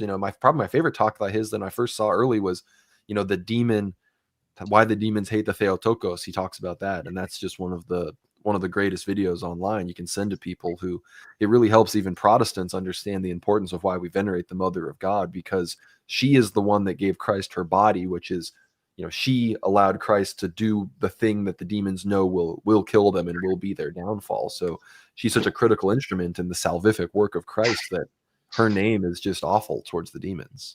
Yeah, there's that one of the books that was published, the veneration of the icon of the Mother of God, that describes throughout history. I think the chapters are based on the efforts to destroy the Theotokos. And it's like, first there's this, then there's, the iconoclasts. And then, all of these things were very specific efforts devoted, by a certain group of people to destroy, the Theotokos. And it's so fascinating, because as a convert, this is something that didn't exist in my framework. And then you suddenly have this reverence for, something you didn't even know existed, really. And it becomes, something that's so unbelievable, but amazing and glorified. Amen. I want to read this last section here regarding stage 7 and the Antichrist, and then there's prophecies that the Eschaton Vigils added to this document throughout the back. If there's something after I read it, Eschaton Vigil, that you want to reference or highlight, but we have a handful of super chats and pretty good questions, and we're already at 3 hours. So want to read this last section in regards to all the 7 stages that you laid out. And then if you have anything that you want to reference, and again, if anybody wants to be able to get access to this document, make sure you go over to the eschatonvigil.org. So I'm going to read this, and then if you have anything you want to say regarding the rest of the document, and then we have some specific questions people have for you guys that we can address real quick, because I don't want to keep you guys too long, but this is a great topic, and everybody's really interested. Right? This is like our topic, so we could talk about this for like 6 hours and not even run out of material. Plus the news may just give us more material as we're discussing. So. Right. So stage 7 here. There will be peace, prosperity, and joy for several years throughout the earth, until the Antichrist comes to once again spoil the godly happiness of people and deceive the world.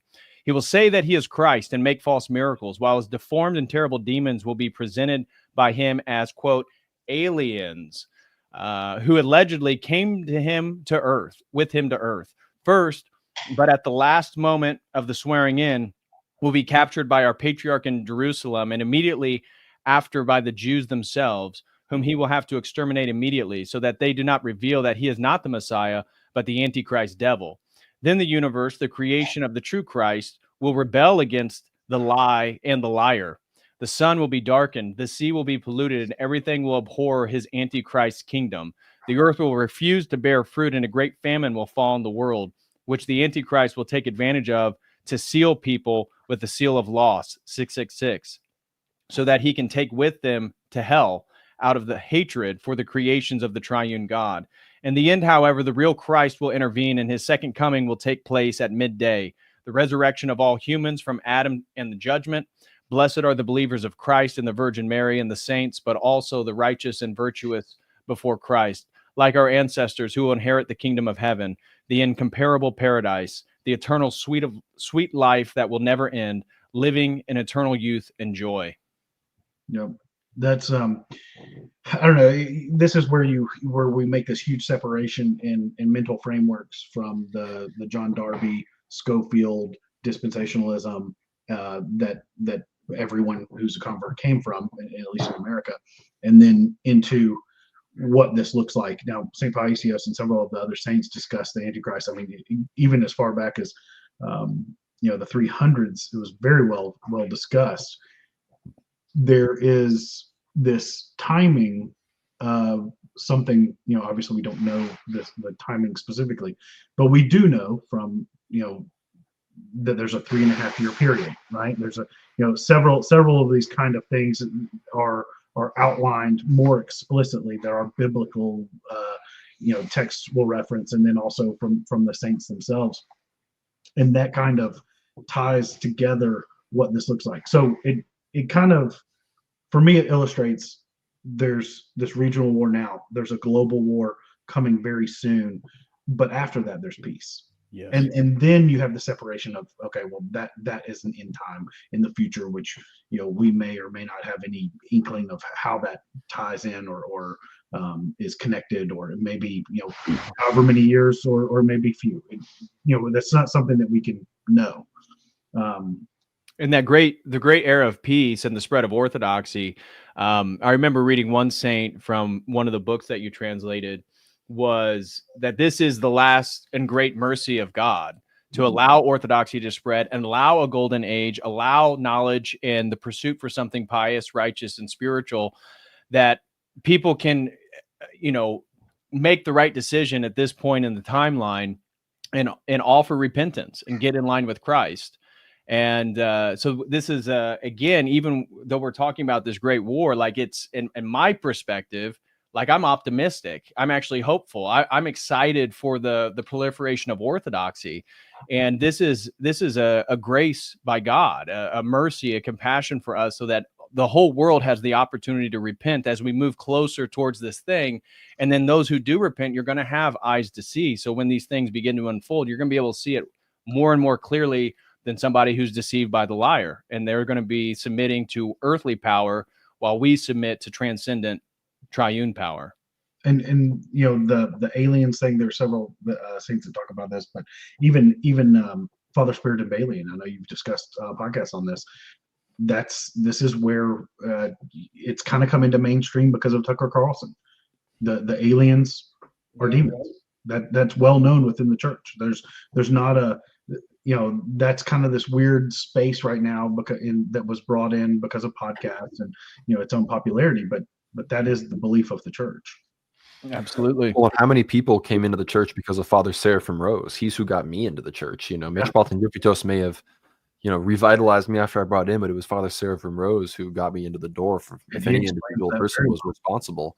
And great. He talks about so much more. I mean, he talks about so many of the things we're talking about. He talks about how Father Seraphim, if you read his life, how part of how he bonded with Father Herman was they both believed in the prophecies of the new Tsar. Mm-hmm. And when the fact that two guys in the 50s and 60s in California would come to the same conclusion as well, and now here we are talking about them on this stream, again, is just so incredible to me. But I think when we understand that, you're right, I'm very much an eschatological optimist. And that's where I'm glad that you reinforce that, because I've even seen people in the chat in our conversation today acting fearful, or this is giving them anxiety. And it's like, at least for us three who've probably read more about this stuff than anybody in the live chat, like I'm actually really optimistic. Like I'm excited for orthodoxy to spread, and like our spiritual life, suffering is the way that we get closer to God, and this is going to be a form of global suffering to call people to repentance.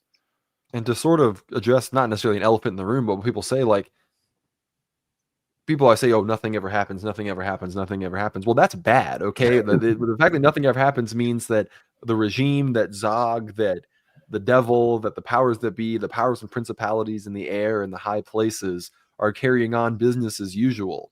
We need something to, as we said earlier, that will, even just in a political sense, disrupt the system, disrupt the panopticon that is developing around us, that will result in a world that is very, very difficult for people to achieve salvation. You know, God is mercifully, hopefully, and what we seem to be happening, you know, giving us a very brief period of struggle and hardship to prevent us from that, which you can just see typified in what happened in Russia versus what happened in the West.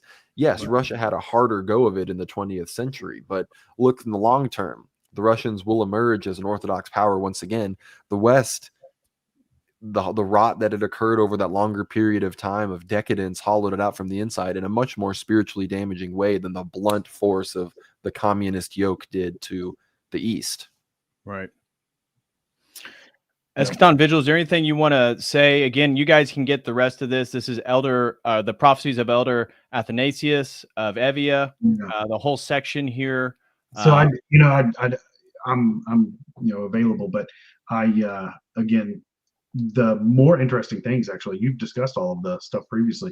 Some of this, the Prophecies of Elder Athanasius, I believe this is the first time this has ever been in English. So that might even be more interesting to some of the people if you want to read through some of that after about the Seven Wars, or I'm happy to.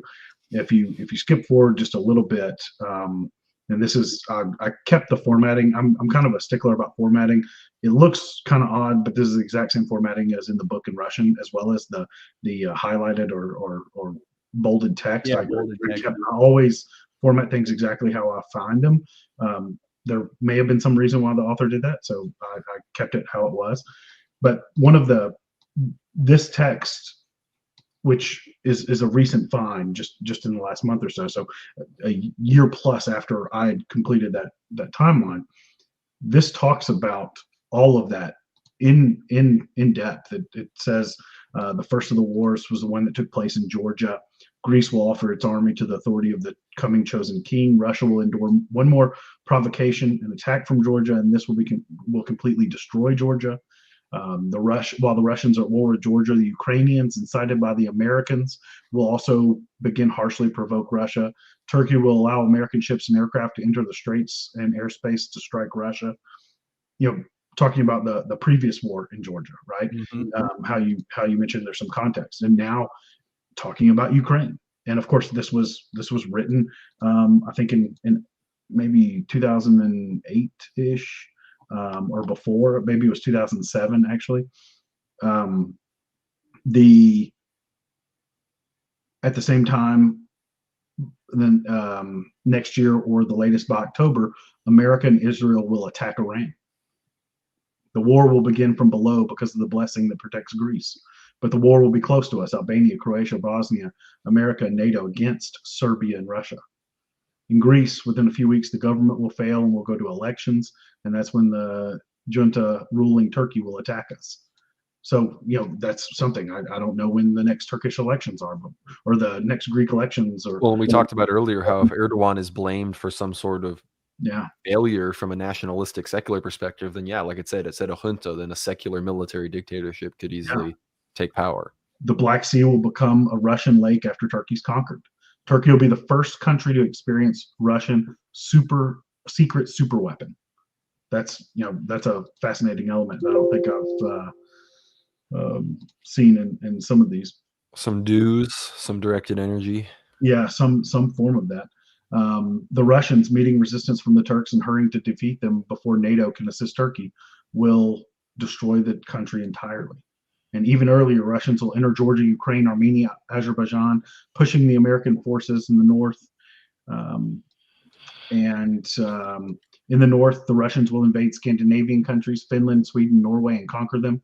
This will happen because although these countries will formally maintain neutrality, it is from their territory that the first serious strike on Russia will be launched targeting civilians. And that goes back to the nuclear weapons and F-16s being in Finland. Right. Russians will enter Poland, Czech Republic, Slovakia, Romania, Moldova. The populations of the Orthodox Balkan countries will rise up and overthrow their corrupt rulers. And then the Russians will head south to help their allies, the Arabs, and especially the Iranians, in the war against the Americans. So that's a fascinating piece to all of this. It ties it almost directly back. Right. The Russians will pass through all of Persia and crush American NATO forces. They'll invade Iraq, Syria, Jordan, Lebanon, Kuwait, and finally Israel. And at this time, the USA and Israel make the first attempt to use nuclear weapons, but Russians will neutralize them. This will cause disruptions in energy and communications across the whole world.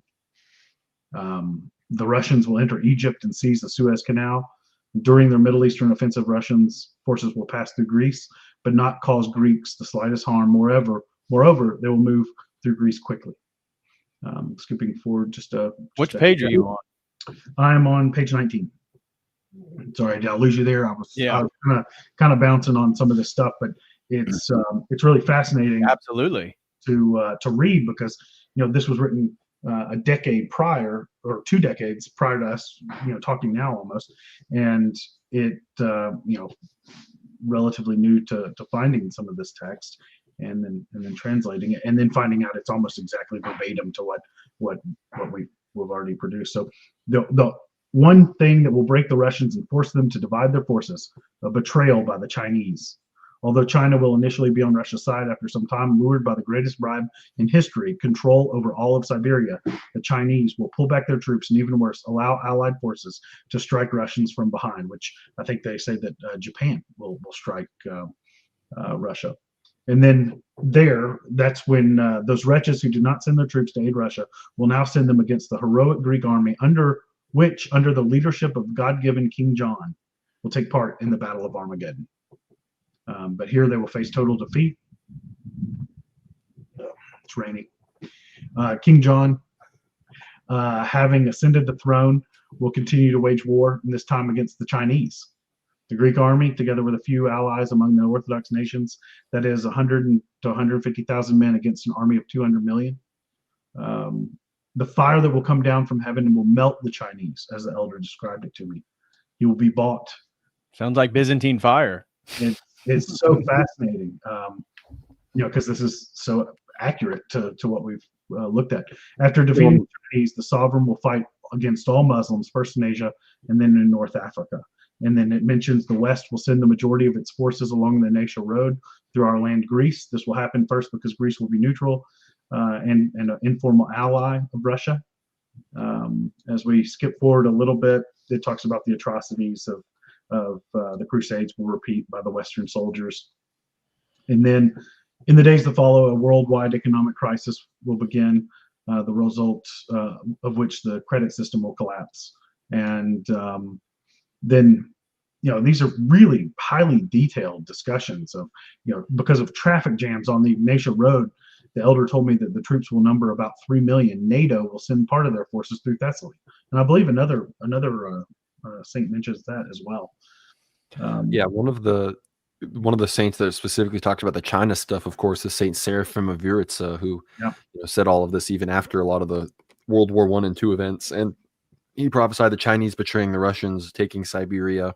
Mm-hmm. And there are other prophecies. It's interesting when it talks about Saint John leading the Greeks against the Chinese as well, because one of the prophecies that this was told to me again by spiritual child of Elder Ephraim themselves, like that St. John, when he emerges, that the Russian fleet will be surrounding Constantinople, and he'll actually just move his hand and sweep all the boats over with a huge wave and just wipe them all out. So I think one of the most contingent factors on some level of national repentance on either side, I think, in these prophecies is how close or friendly the Greeks and the Russians and the Orthodox will be around this time. So that's one of the things that I'm the most interested in, how God is gonna sort it all out. Right. And here we get into, unfortunately, complete destruction awaits America. Of the 300 million population currently there, 90% will perish for various war-related reasons. And as we go on, they mention a few things about the tax and chickens, dogs, and cats, which is a reference to St. Cosmas. And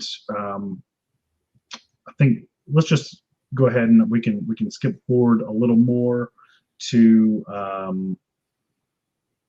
the next set, prophecies of Elder Joseph of Vatapedi, which were relayed by Elder Gabriel, who's the abbot of the monastery of St. Mark in Chios, like I mentioned.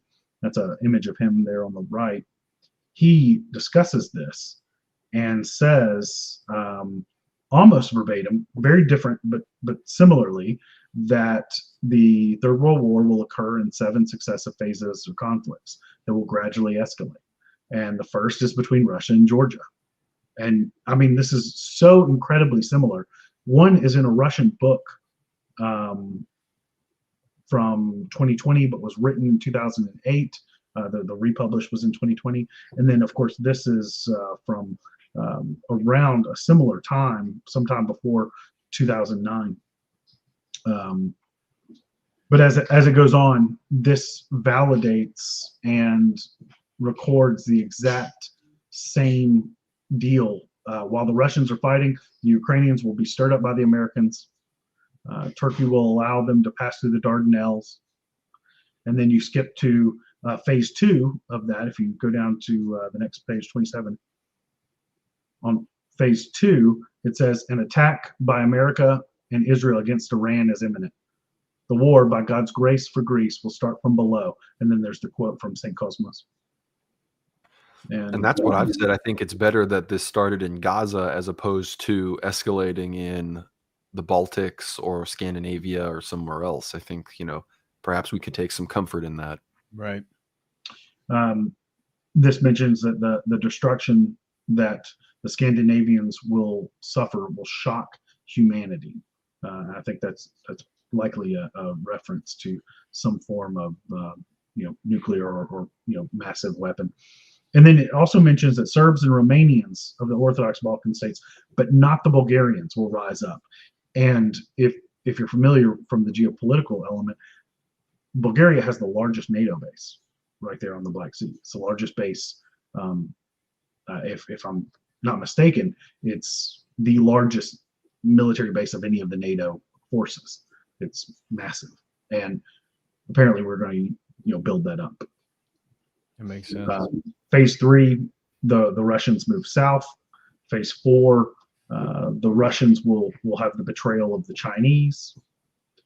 Phase 5, the Russians will retreat, and the Westerners will land in Albania with 3 million troops moving through the Via Egnatia, the Egnatia Road.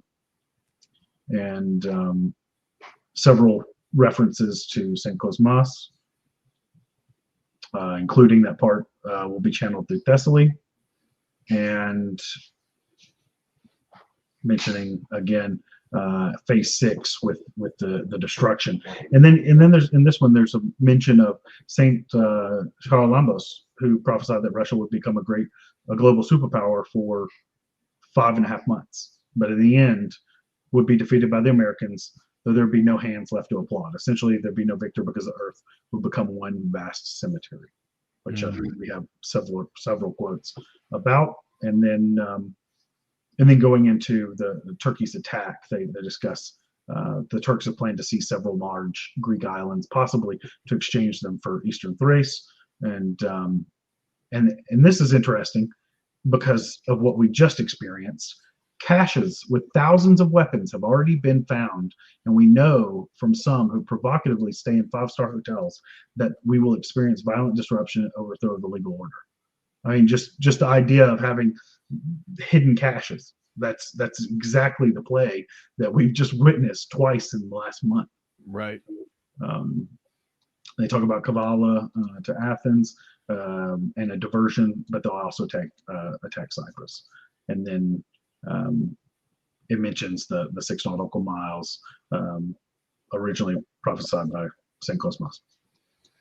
But anyways, I find those to be the most interesting because all of this is within the last 2 decades, and it's very similar, if not almost exact, to what we ended up putting together over the course of a year of all the prophecies and assembling them and seeing this global concordancy. Every one of these prophecies ties into the next, or may iterate different elements that aren't a part of one, that are a part of another, and they're from every different Orthodox nation.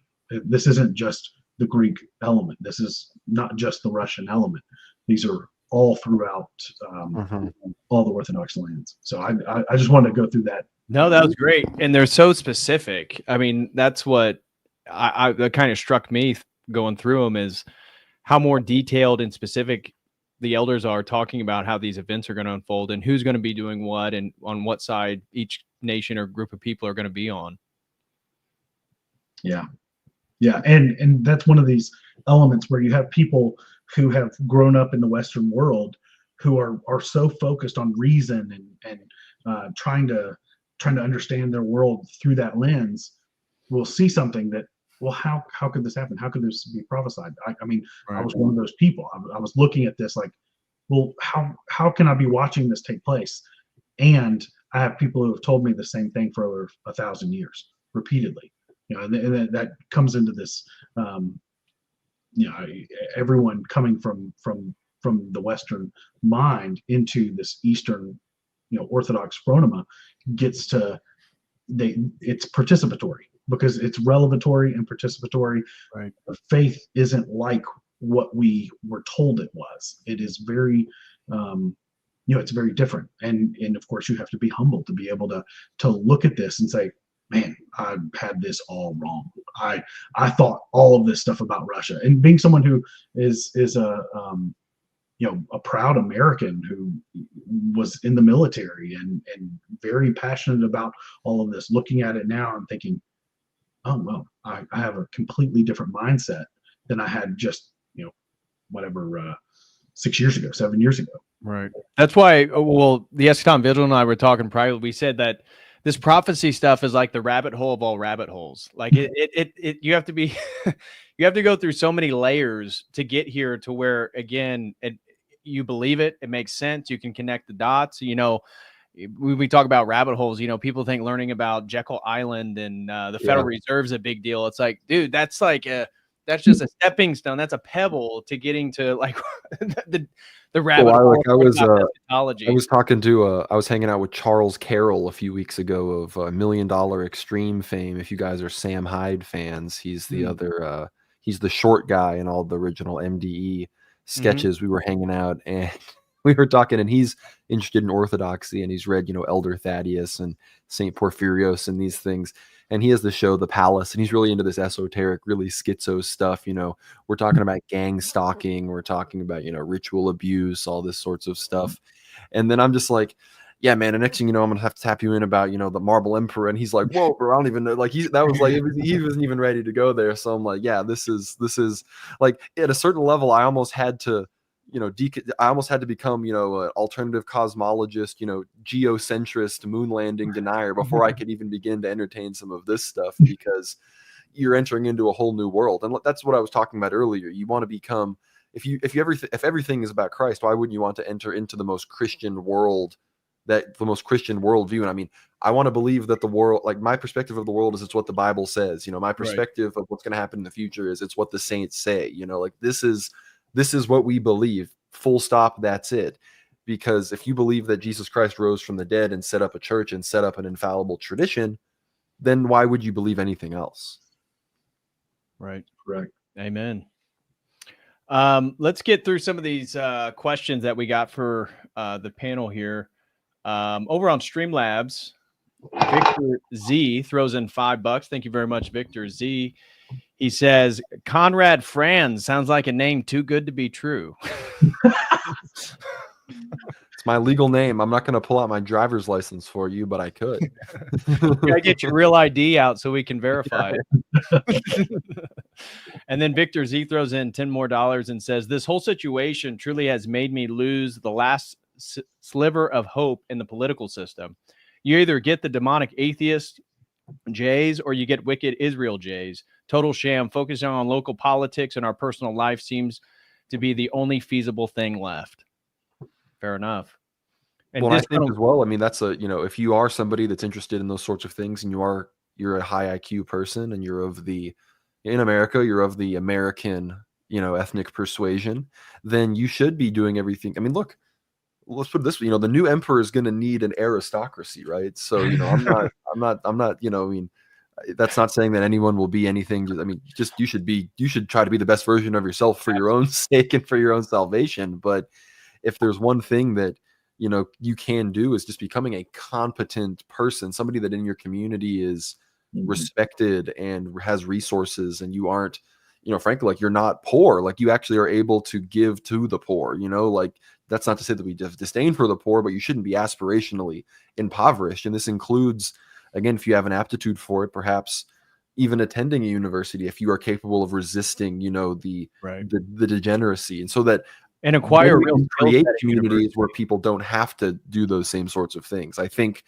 a big connection of this, and the main people you'll meet that talk about these things, are people that are connected to Elder Ephraim's monasteries, people that are seeking intentional Christian community. And intentional Christian community can only work with high human capital.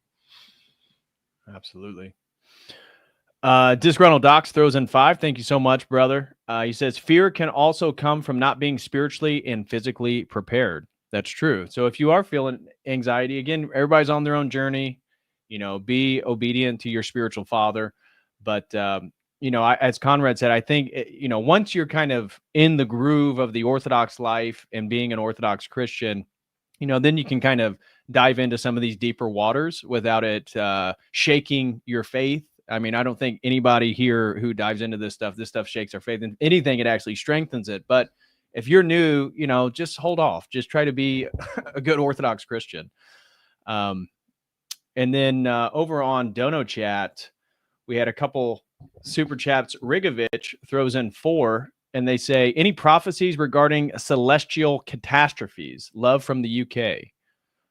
I'm not aware of any. Eschaton Vigil, Conrad, you guys are aware of any prophecies regarding asteroids or celestial events? Well, obviously, St. Gabriel of Georgia, he has the whole "don't look up at the sky" quote that I think everyone's probably familiar with. At the end times, best not to look at the stars because it'll be deceptive. I also think I remember, and it may even have been in the first draft of the Eschatological Visions of the Blessed, don't quote me on that at all, that some prophecy included the meteor over Chelyabinsk in Russia at one point, which I remember as a kid, I was 15 at the time. I thought it was like the coolest thing ever, or whenever it was. And so I have a vivid memory of that. And there were some other blue beam, obviously related, alien prophecies. I almost feel like I'm missing, St. Gabriel definitely talks about things in the air and these sorts of things. And I think I'm forgetting one thing, but I'm sure at some point I'll remember it. I think something's mentioned in Elders on the End Times. Maybe, I don't know. Let me do a quick search.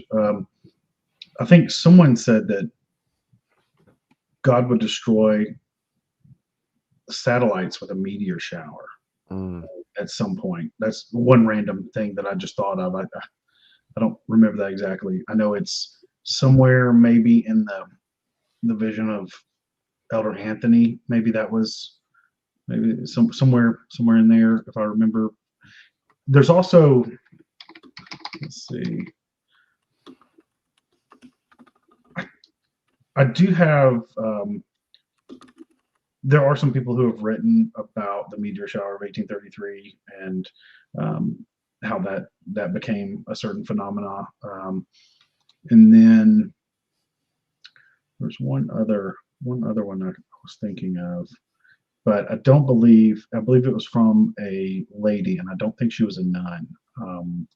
I'll have to look that up. But, obviously there are lots of references, biblical and extra biblical, that reference, signs in the skies. And, that's a common one, just like, the earthquakes and, the signs of the earth and the heavens give us a relevance, I guess, of how small we are and how great God is. And I mean, that's in the New Testament as well. It says that things will be happening in the sky. You'll know powers of the air. Yeah. I mean, that's where the demons reside. And even so, Paul even says, you will know because things will be happening in that regard, like literally about the end. So everyone always quotes Christ saying, you will know, no one will know the day or the hour, but that doesn't mean that you won't be able to discern your place in your time. I think that's something which you can't necessarily be like, this is the end times, I know, but as a Christian, you'll be able to sort of discern that, because again, for a Christian, whether it's the end times or a certain type of the end times doesn't matter, because your time's coming. You're going to die, or you're going to be one of the last generations. Everybody has their own eschaton. Those are the only options. So whether you die because Jesus comes back and your soul and body sort of stay connected as opposed to everybody else, same result. You know what I mean? It's the same. There's an article, and I'm actually including these in the second edition of Eschatological Visions, which is now over 600 pages, and I've got to find a cutoff, or else I'll just keep adding things. Jeez. But I remember talking to you, it was 200. It's 600 now. Yeah. But there's a Father Maximus Barbaris from Greece who wrote a series of articles in 2011 that was one was the response to those who claim that no one, not even Christ as a man, knows when the second coming will take place. And he does a really good exegesis about the Holy Trinity is consubstantial and inseparable, and does the Son not know, and kind of like how this discussion was put forward, say in Matthew 24 and Luke 21, what exactly does that mean? How would he not know when these events would take place? And then a certain amount of that is warning us also to look and be aware of the signs. He also wrote an article that an answer to those that claim that the Lord comes as a thief in the night, and both of those kind of focus on they're not in English yet. I mean, they are in English. I have them in our second edition, but basically that that this is in the same way that the people listen to the prophets like Daniel.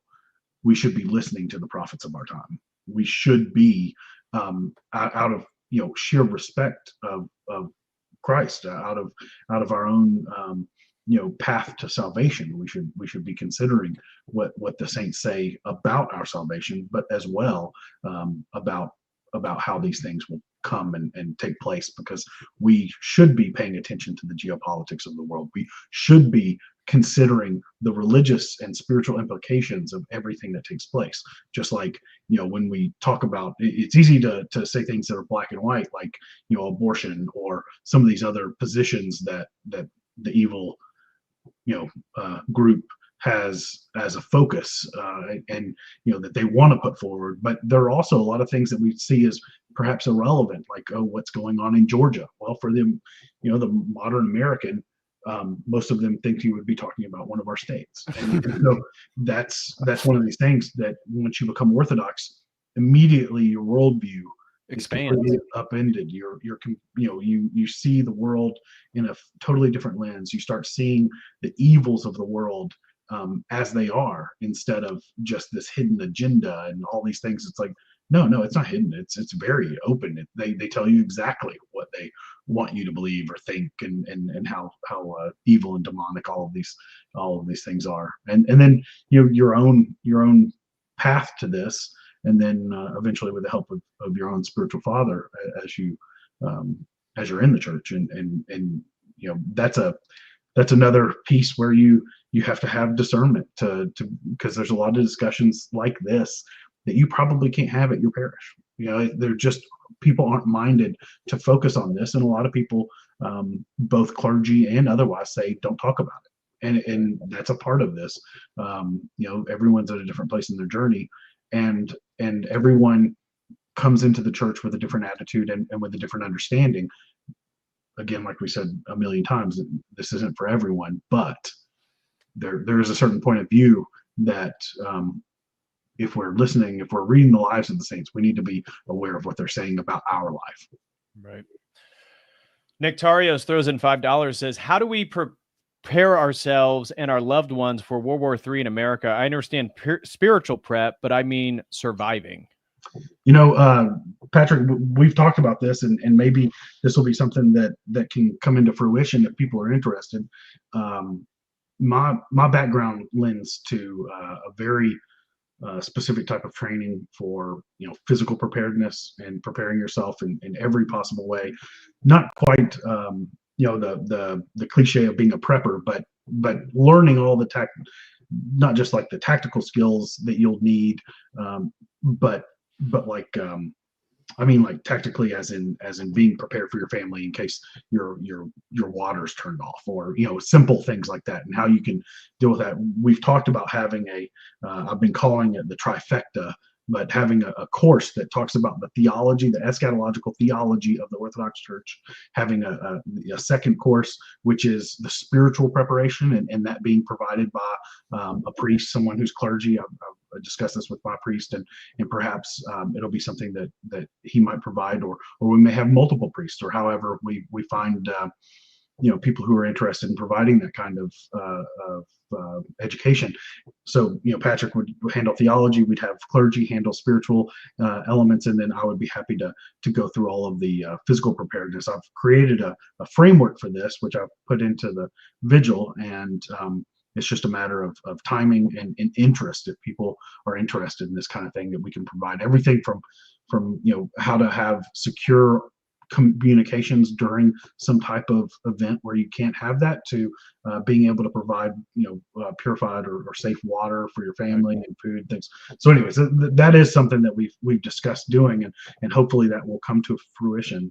Anyway, but whatever your response to that was, I didn't mean to. No, I mean, it's essentially everything you're saying. The goal is to become anti-fragile, right? So analyze your life, analyze your lifestyle, analyze the things that you and your family are dependent upon, and then try to make your existence as anti-fragile as possible. And that's about the best you can do. But again, according to the saints, the spiritual preparedness is really the most important, because God can have mercy on us and can spare us. And just as Conrad talked about with crossing yourself and praying over your food, like, we're pre-modern, like this is a mystical reality. So don't undersell the spiritual preparedness. And then in regards to the actual physical things and for your family,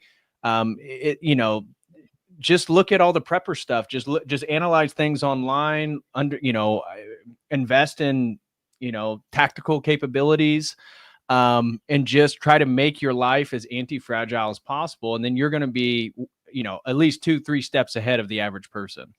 Well, and I think I would agree with everything, and I'm no expert. I think I'm pretty prepared. I'll keep that to myself. But merging those two worlds, the spiritual and the physical preparedness, I think people need to, and I am no one to give spiritual advice, so don't upend your life because of something this idiot said. But you need to be, I think, in a situation where I think you will have access to the sacraments. Should your community still need to take certain actions? Meaning, I think the obvious example should be you should probably get in touch with people that were doing the right thing during COVID. That's a perfect, I think that's a pretty solid heuristic, because if things are going to get worse and harder than that, you want someone that's not going to be afraid to do the liturgy if there's guns firing and any sort of thing going on. So whatever that means for you and your situation, or what you can do the easiest. And some people may have to be, look, the prophecies talk about some people are going to travel a very long time to find a priest, these sorts of things. Right. But if you can find a monastery or a parish or a priest or a retired priest or anybody who will be able to serve you, your family, your community in these times, and will kind of stick with it and pretty much understands the things we're talking about here, I think that would go a long way. And I know not a lot of people have that luxury. That's less common than people might think. But to your point, if people are like in a position where they're able to move or like kind of reground their life, any intentional Orthodox community, from the clergy that I've talked to, even private conversations, they say, like, if this stuff is beginning to take place, be in a drivable distance from a monastery, and then make sure you're in a good local parish. And that's like that. You could even go as simple as, say we have a run on supplies again. We all know about the toilet paper massacre of 2020. Perhaps it would be beneficial to stock up on olive oil and non-GMO flour, or whatever other kinds of things for your local parish, so that you have the resources to continue having the Eucharist. That's something simple, but a lot of parishes are not considering that.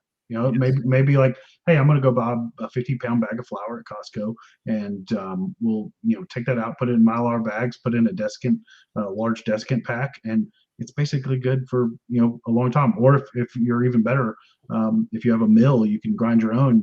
The actual flour kernels will last much longer than the already milled flour. So if you have the ability to do those kinds of things, and or the person who's providing that service to make personal oil or some other type of thing, I think that is probably beneficial. Right. Effing Epic throws in 10 and says, thanks for your research and spreading the good word. Well, thank you very much, Effing Epic, for the support. And Cody throws in $3.99, says, sounds like the Cascadia subduction zone. I heard about that years before I heard of Orthodoxy in my early truth-seeking days. Mm-hmm. When I heard about the disaster and the prophecies, it immediately reminded me of it. I was shocked.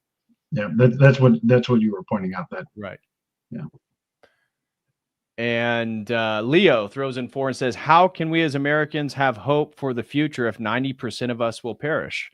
Well, you're all going to perish at some point. And so if you're in a good spiritual spot, what's the difference between now and in the future? And then like less than 1% of America is Orthodox, right? So start spreading the word.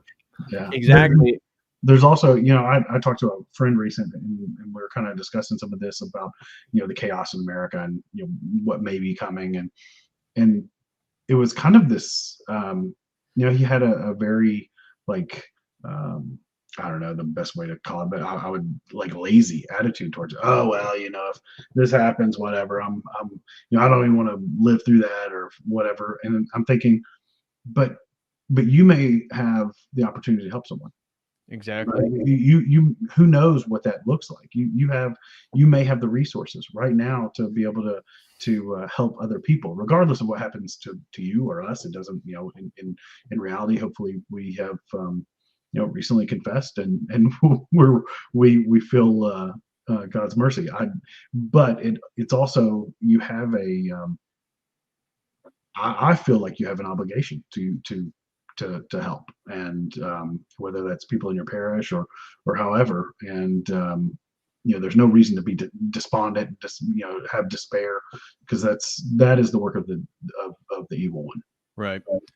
We got multiple questions now flowing in, so let's hit them as directly as we can. Rohan says, is there any rough time frame for which the new empire will last before the rise of the Antichrist? And is it a good idea to train small unit infantry tactics in case the war or severe civil unrest comes close? That is an Eschaton Vigil question for sure. I think it's always good to train, regardless of what your training consists of. I have a group of guys. We train, actually, one of our one of our chanters was here helping take care of some things in my house, and he has a group that he trains with. We're all kind of hoping to merge these kinds of groups so that we can do our own training together. Yes, I think there should be Orthodox guys who are doing this. I think there's a couple out there right now that are kind of promoting it, and as people become Orthodox, I've seen a lot of people in the, I don't even know what you call it, the 2A community or whatever, start to organize that. So absolutely, I think all of that should be organized. And I'm blessed. I have a priest who is ex-military, so he's very open to that kind of thing. We have a group of guys who maybe will have an Orthodox shooting team here soon to go to some of these competitions. That would be something that I would love to assemble and put together. We have, obviously the Eschaton Vigil is a 501c3, so perhaps we could reach out to some different brands and they could donate some things to make that happen. So if anybody has any leads on anything like that or is interested, please feel free to reach out. Anon throws a generous $40. Thank you very much, whoever the anonymous donator is. No question or comment. And then here on YouTube, we got multiple questions. I know some of them are directly for Conrad in the Eschaton Vigil. Thank you very much, Dave, for becoming a COTEL crew member. God bless you. And he throws in $5, says, can't catch this one live, but keep up the great work, brother. Thank you very much, Dave. Really appreciate you, brother. Jay Bennett became a new COTEL crew member. You're a Knicks fan. I do hold that against you. But thank you so much for becoming a COTEL crew member, Jay Bennett. God bless you, brother, and your family. David James Flood, this is one that I knew that you guys were going to want to address. It says, opinion on the Al-Aqsa Mosque and the Third Temple. So I know we've talked, or at least I've done streams talking about the red heifers that they got from Texas last year.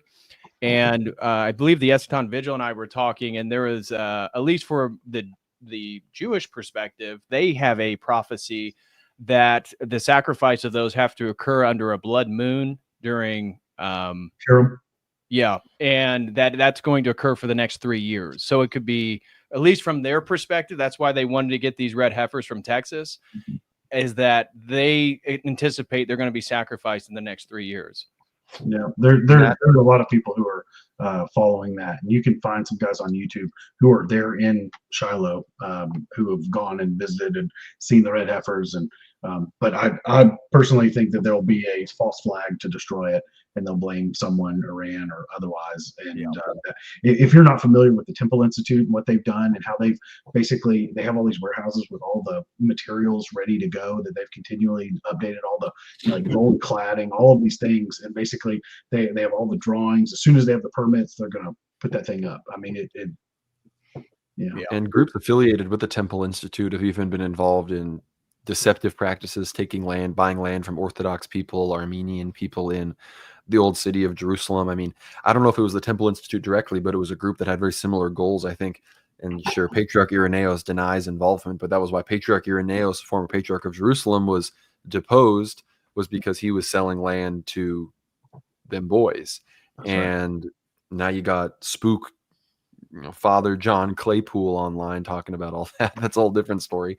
But this has always been a big problem. And the red heifer situation, I mean, you'll hear every kind of Christian, non-Christian, Muslims talking about this. It was a big deal when the heifers were sent over there. I remember when that happened. I remember Cassie Dillon, now known as Cassie Akiva, for Daily Wire. She was like taking pictures with the red heifers. I'm like, these people have lost the plot, man. Yes. Like, I don't know, like people don't realize that, the whole, the Holocaust racket is kind of expired at this point, and you're cashing in that worthless currency on this kind of stuff. People are just looking at you like, why are you taking pictures with these cows?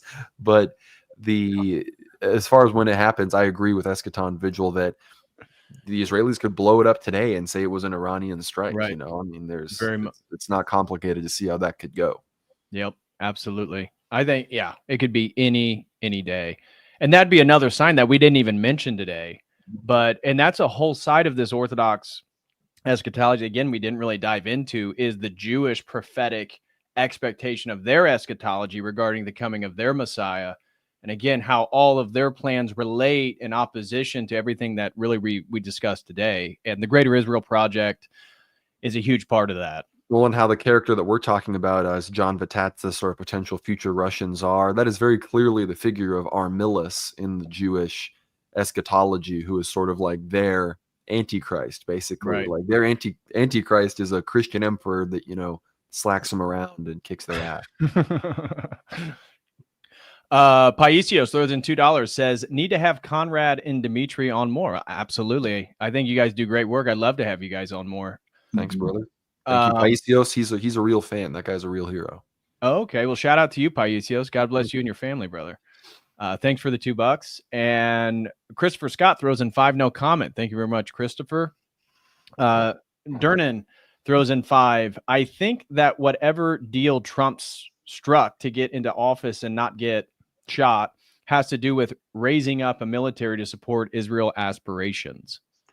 Well, I mean, Trump got $250 million from Miriam Adelson, and we know what her price was. It was West Bank to Israel, and that is happening as we speak. 22 new Jewish settlements approved just last week. Mm-hmm. Yeah. Frankie D throws in 10. Thank you very much, Frankie. He says, what is World War Now's opinion about the massive success of the Ukraine military as of recent? I wouldn't say their military is a massive success, but and claims of Putin being a puppet of the same masters who dictate Trump's moves. I don't know about massive military successes. Maybe some of their operations have gone well with the drones and the missiles, but on the front line, they've been retreating for a year plus at this point. So I can't tell you the last time they gained more than a few thousand square feet in any recent massive way on the front line. So I don't know about that.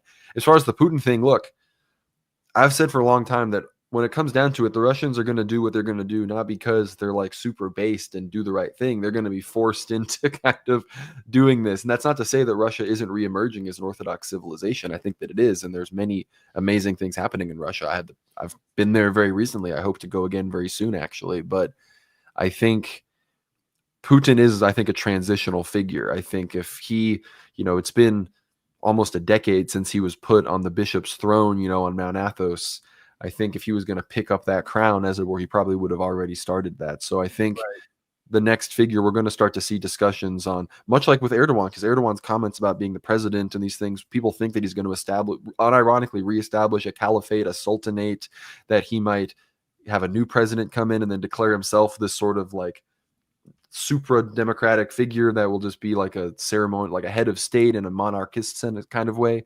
And, maybe that will then lead to Russia doing the same kind of thing. And how will this go? But I think in many ways, even looking at the current succession situation with the monarchist movement in Russia, the fact that Putin hasn't taken an active interest in the monarchist movement in Russia, frankly, even in his own succession, I think he's at this point starting to make a mistake, not publicly sort of having it known who is going to be the next person to take power in Russia. He's unfortunately creating the atmosphere for a dangerous power vacuum. And maybe that will be what needs to happen for a monarchical figure to rise up, or behind the scenes, Putin is thinking about this more deeply than we would imagine. But when it comes to Putin's relations, specifically with Muslims and Jews, I'm very critical. Look, Putin is very similar to Trump, I would say. Yeah. Putin is pretty much Trump in a more right-wing Orthodox country. So the baseline is a bit better, but it's pretty much the same game. He's got Beryl Lazar. He's got his own rabbi. He's literally Iran is probably their second or probably their third closest military ally after Belarus and North Korea. And they're actively working with Israel to make sure Israel doesn't get destroyed in the face of the Iranian aggression. So there's a lot of work, I think, that needs to be done on the Russian perspective to get fully on side. But when I say civilization, part of what I say by that is that they are sort of destined to, they have a destiny that will be fulfilled. And it's even someone like Putin is pretty much incapable of stopping it. Right. And kind of what you're hinting at, again, I'm not as well versed in Russian politics as you or Dmitry, but this whole thing about Putin being like this radical, almost tyrannical czar, he is a moderate from what I can tell when I look at the people in Russian politics and kind of the general ethos and tone and temper of some of the other politicians, is like he's actually holding back much more right-wing views and perspectives. And so to your point, I've been thinking, diving into this, that it's not Putin who's going to be, the Russian leader. It's going to be somebody. It's going to be the next person. I assume they're going to be much more right wing than he currently is. So and people talk about these different successors. Books I've read, a lot of people, because Konstantin Malafeyev, a friend of mine, actually, his guy of his choice is Grand Duke George, Romanov, and he's sort of, a lot of people say, is the main guy, but Dmitry and I are going to do a bigger exploration of this. Dmitry would say, Karl Amick, was a German man. He actually has a better claim than Grand Duke George. And problem is, Karl Amick, he was supported by Andrei Bukov, who was a leader of a monarchist party in Russia, but they're a constitutional monarchist party. So there's disputes between, there's people that want a constitutional monarchy. There's people that are just sticking to the absolute monarchy that are much more clued in. But this Karl Amick character is very interesting. He was a German prince who in 2013, this Russian guy approaches him and is like, hey man, if you convert to Orthodoxy, you're actually the rightful heir to the Russian throne. And this guy's like, really? That's awesome. So he converted to Orthodoxy, and he actually is, so this guy, and then, someone that we've been wanting to have on the show for the longest time is Gabriel Doroshin, the great grandson of Emperor Nicholas I, who served on the front line in Donbass from 2014 all the way up until sometime in 2024, when he finally, retired from his military service during the SMO. And somebody like that, I've heard from people in Russia, other people, very well-known monarchist academics, people plugged in, they say that it will be a sort of unknown military figure, actually, that will rise up, and they may have some kind of tangential Romanov connection, but it won't necessarily, people aren't super autistic about the bloodline thing right now. They think it might happen in a more organic kind of way. And, someone like Gabriel Doroshin, that'd be amazing, because he is completely on side. If you follow him on Telegram, he's extreme. He's literally just our guy. So that would be great. Frankie D throws in another 5. Thank you very much, Frankie. He says, DPH, did you make it to Montanica this year? I did not.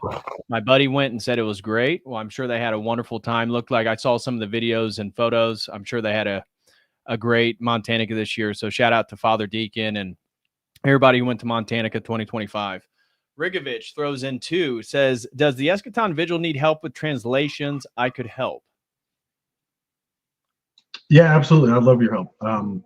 Please email me. I'm hesitant to put my email out on a YouTube video, but there is a feedback link. Yeah, go to the website and find the connect page.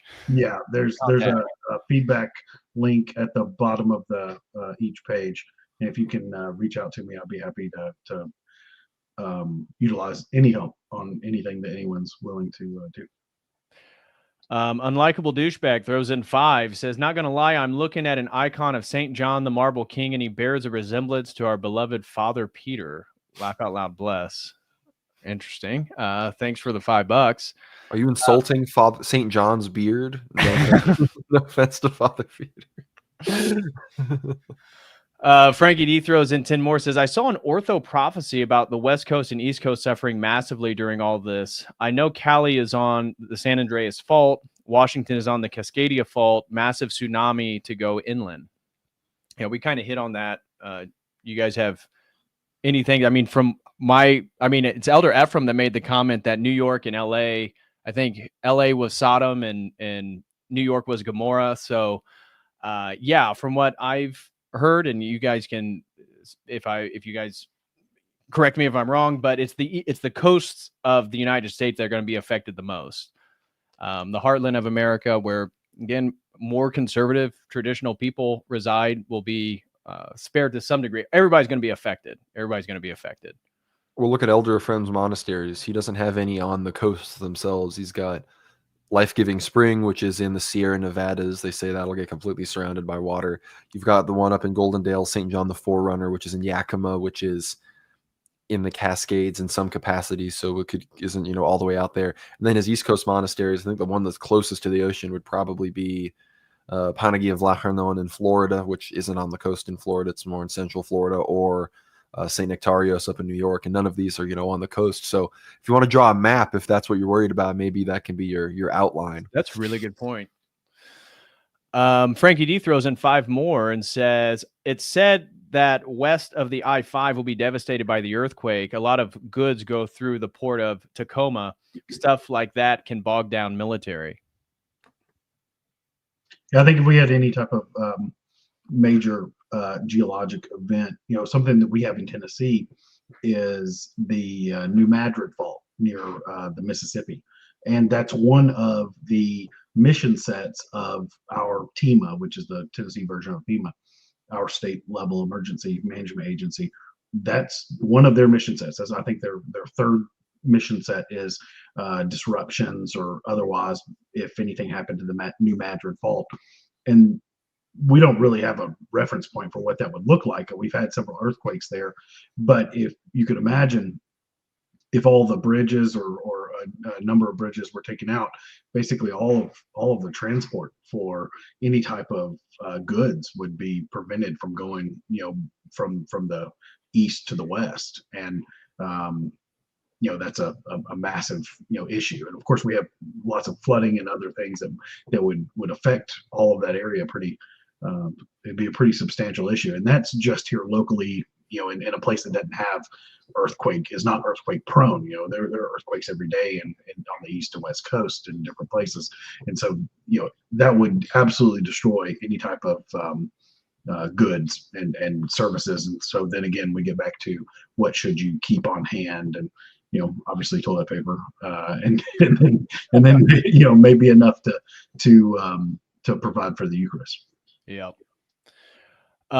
Rebel Umbreon throws in 10, says, I like to think Elder Ephraim's statement about the sea reaching St. Anthony's means that many people will be coming to Orthodoxy, since the sea is sometimes used to represent humanity, God willing. Well, there's some truth to that, in the sense that So there's St. Anthony's Monastery in Arizona. There's also St. Paisius Monastery, named after St. Paisius Velichkovsky, which is a few hours southeast of St. Anthony's. It's under Rokor, but it's still one of Elder Ephraim's, of his spiritual lineage. They're also very much connected to St. Anthony's. It's very much like the women's monastery to St. Anthony's men's monastery in a lot of ways, but they're very big. Like, they built some very big accommodations and big churches and things there. And it was because Elder Ephraim told them that build big, because people are going to be coming here and you're going to need all the space you can, because there's going to be a monastic revival. So I think in the sense that there will be water surrounding, California and the coast, that'll be true. But then at St. Anthony's itself, it's already experiencing a surge. It's the biggest Orthodox monastery in America. Right. Jonathan Kelly throws in 20, says, missing out on this epic crossover episode because I'm still working, shaking my head. God bless all. Well, God bless you, Jonathan. Thank you for the generous $20 super chat. Jonathan's a real World War Now patriot, one of our biggest fans. So thanks, Jonathan. Great. Shout out to you, Jonathan. Inky throws in 5, says, the work you guys put into research for this is immaculate. God grant you all many years. Thank you very much, Inky. Bill Hicks throws in 5 from Down Under.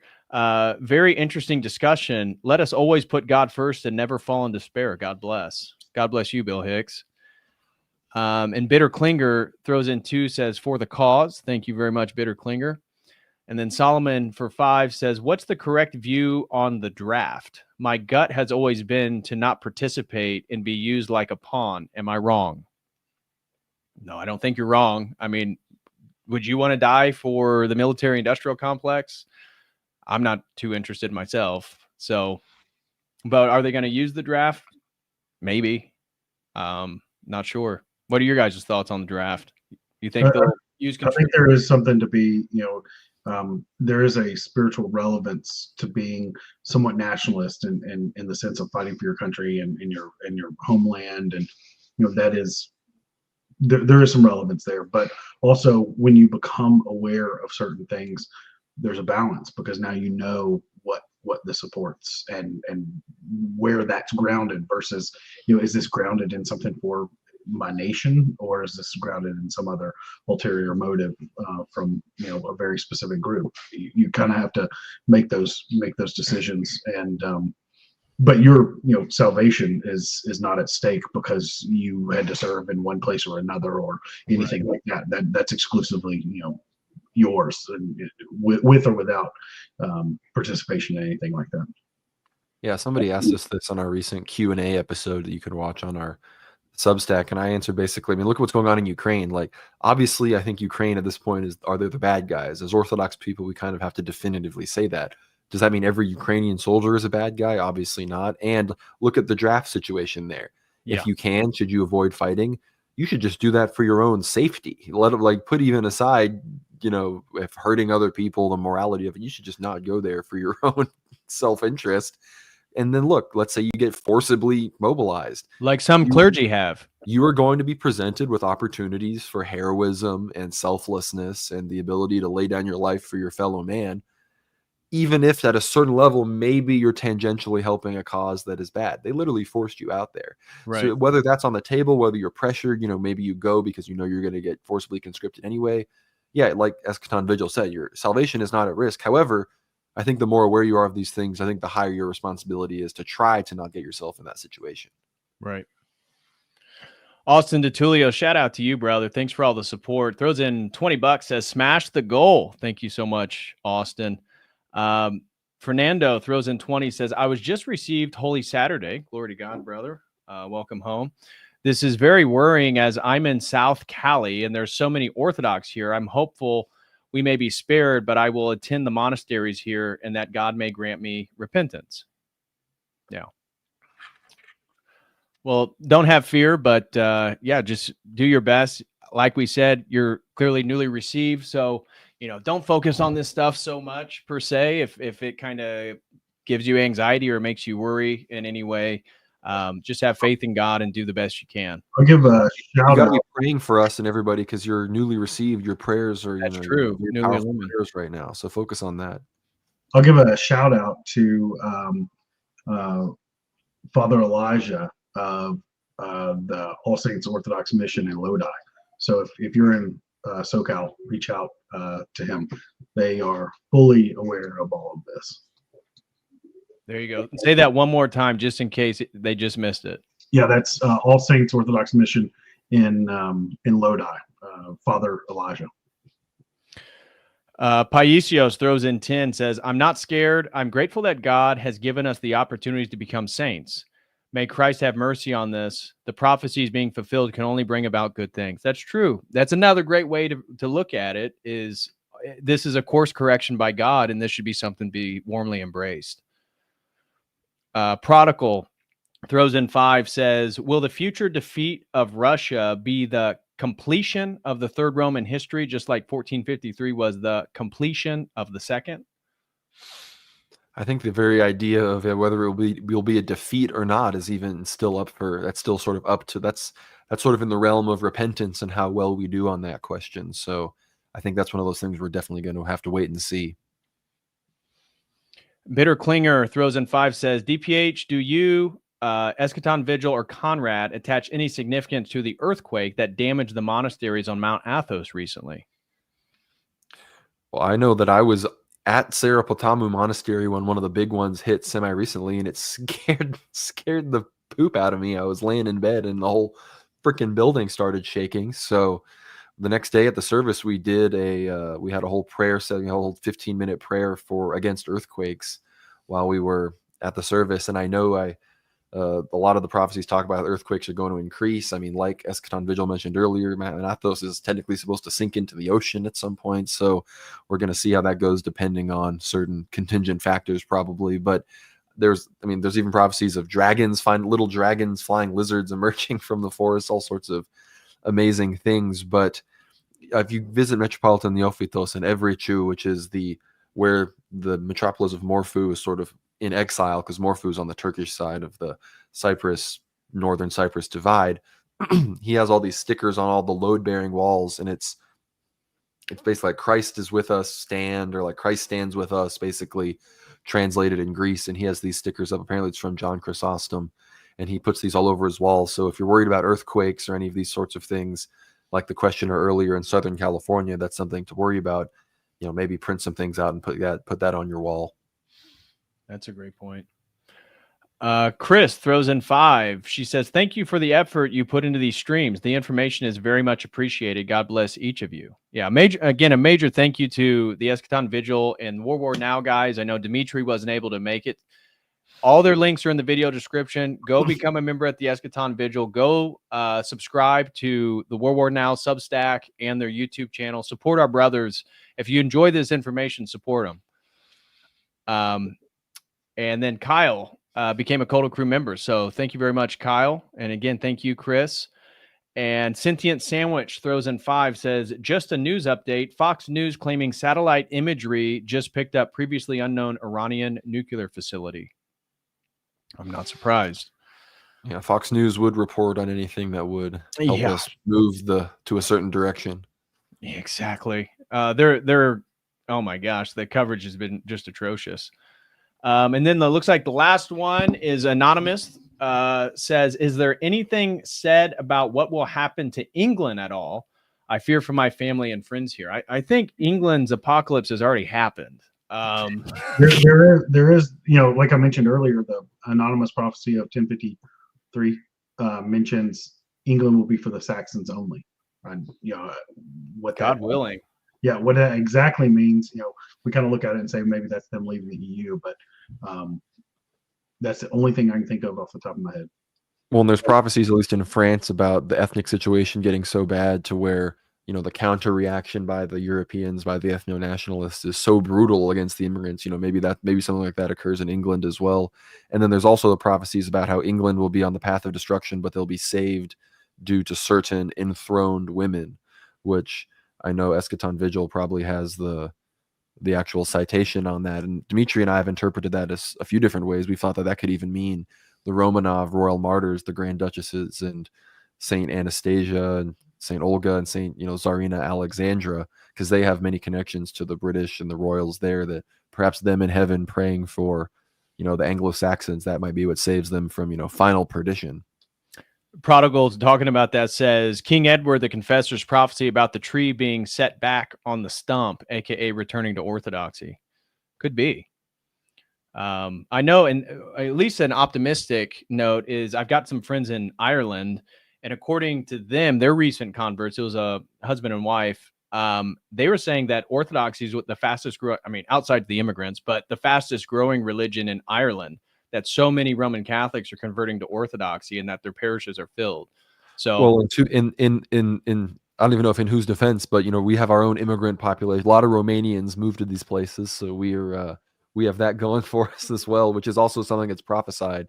These Romanians being dispersed, and then Romania being occupied by Hungary and Serbia and these other places. So it all comes back to all this stuff.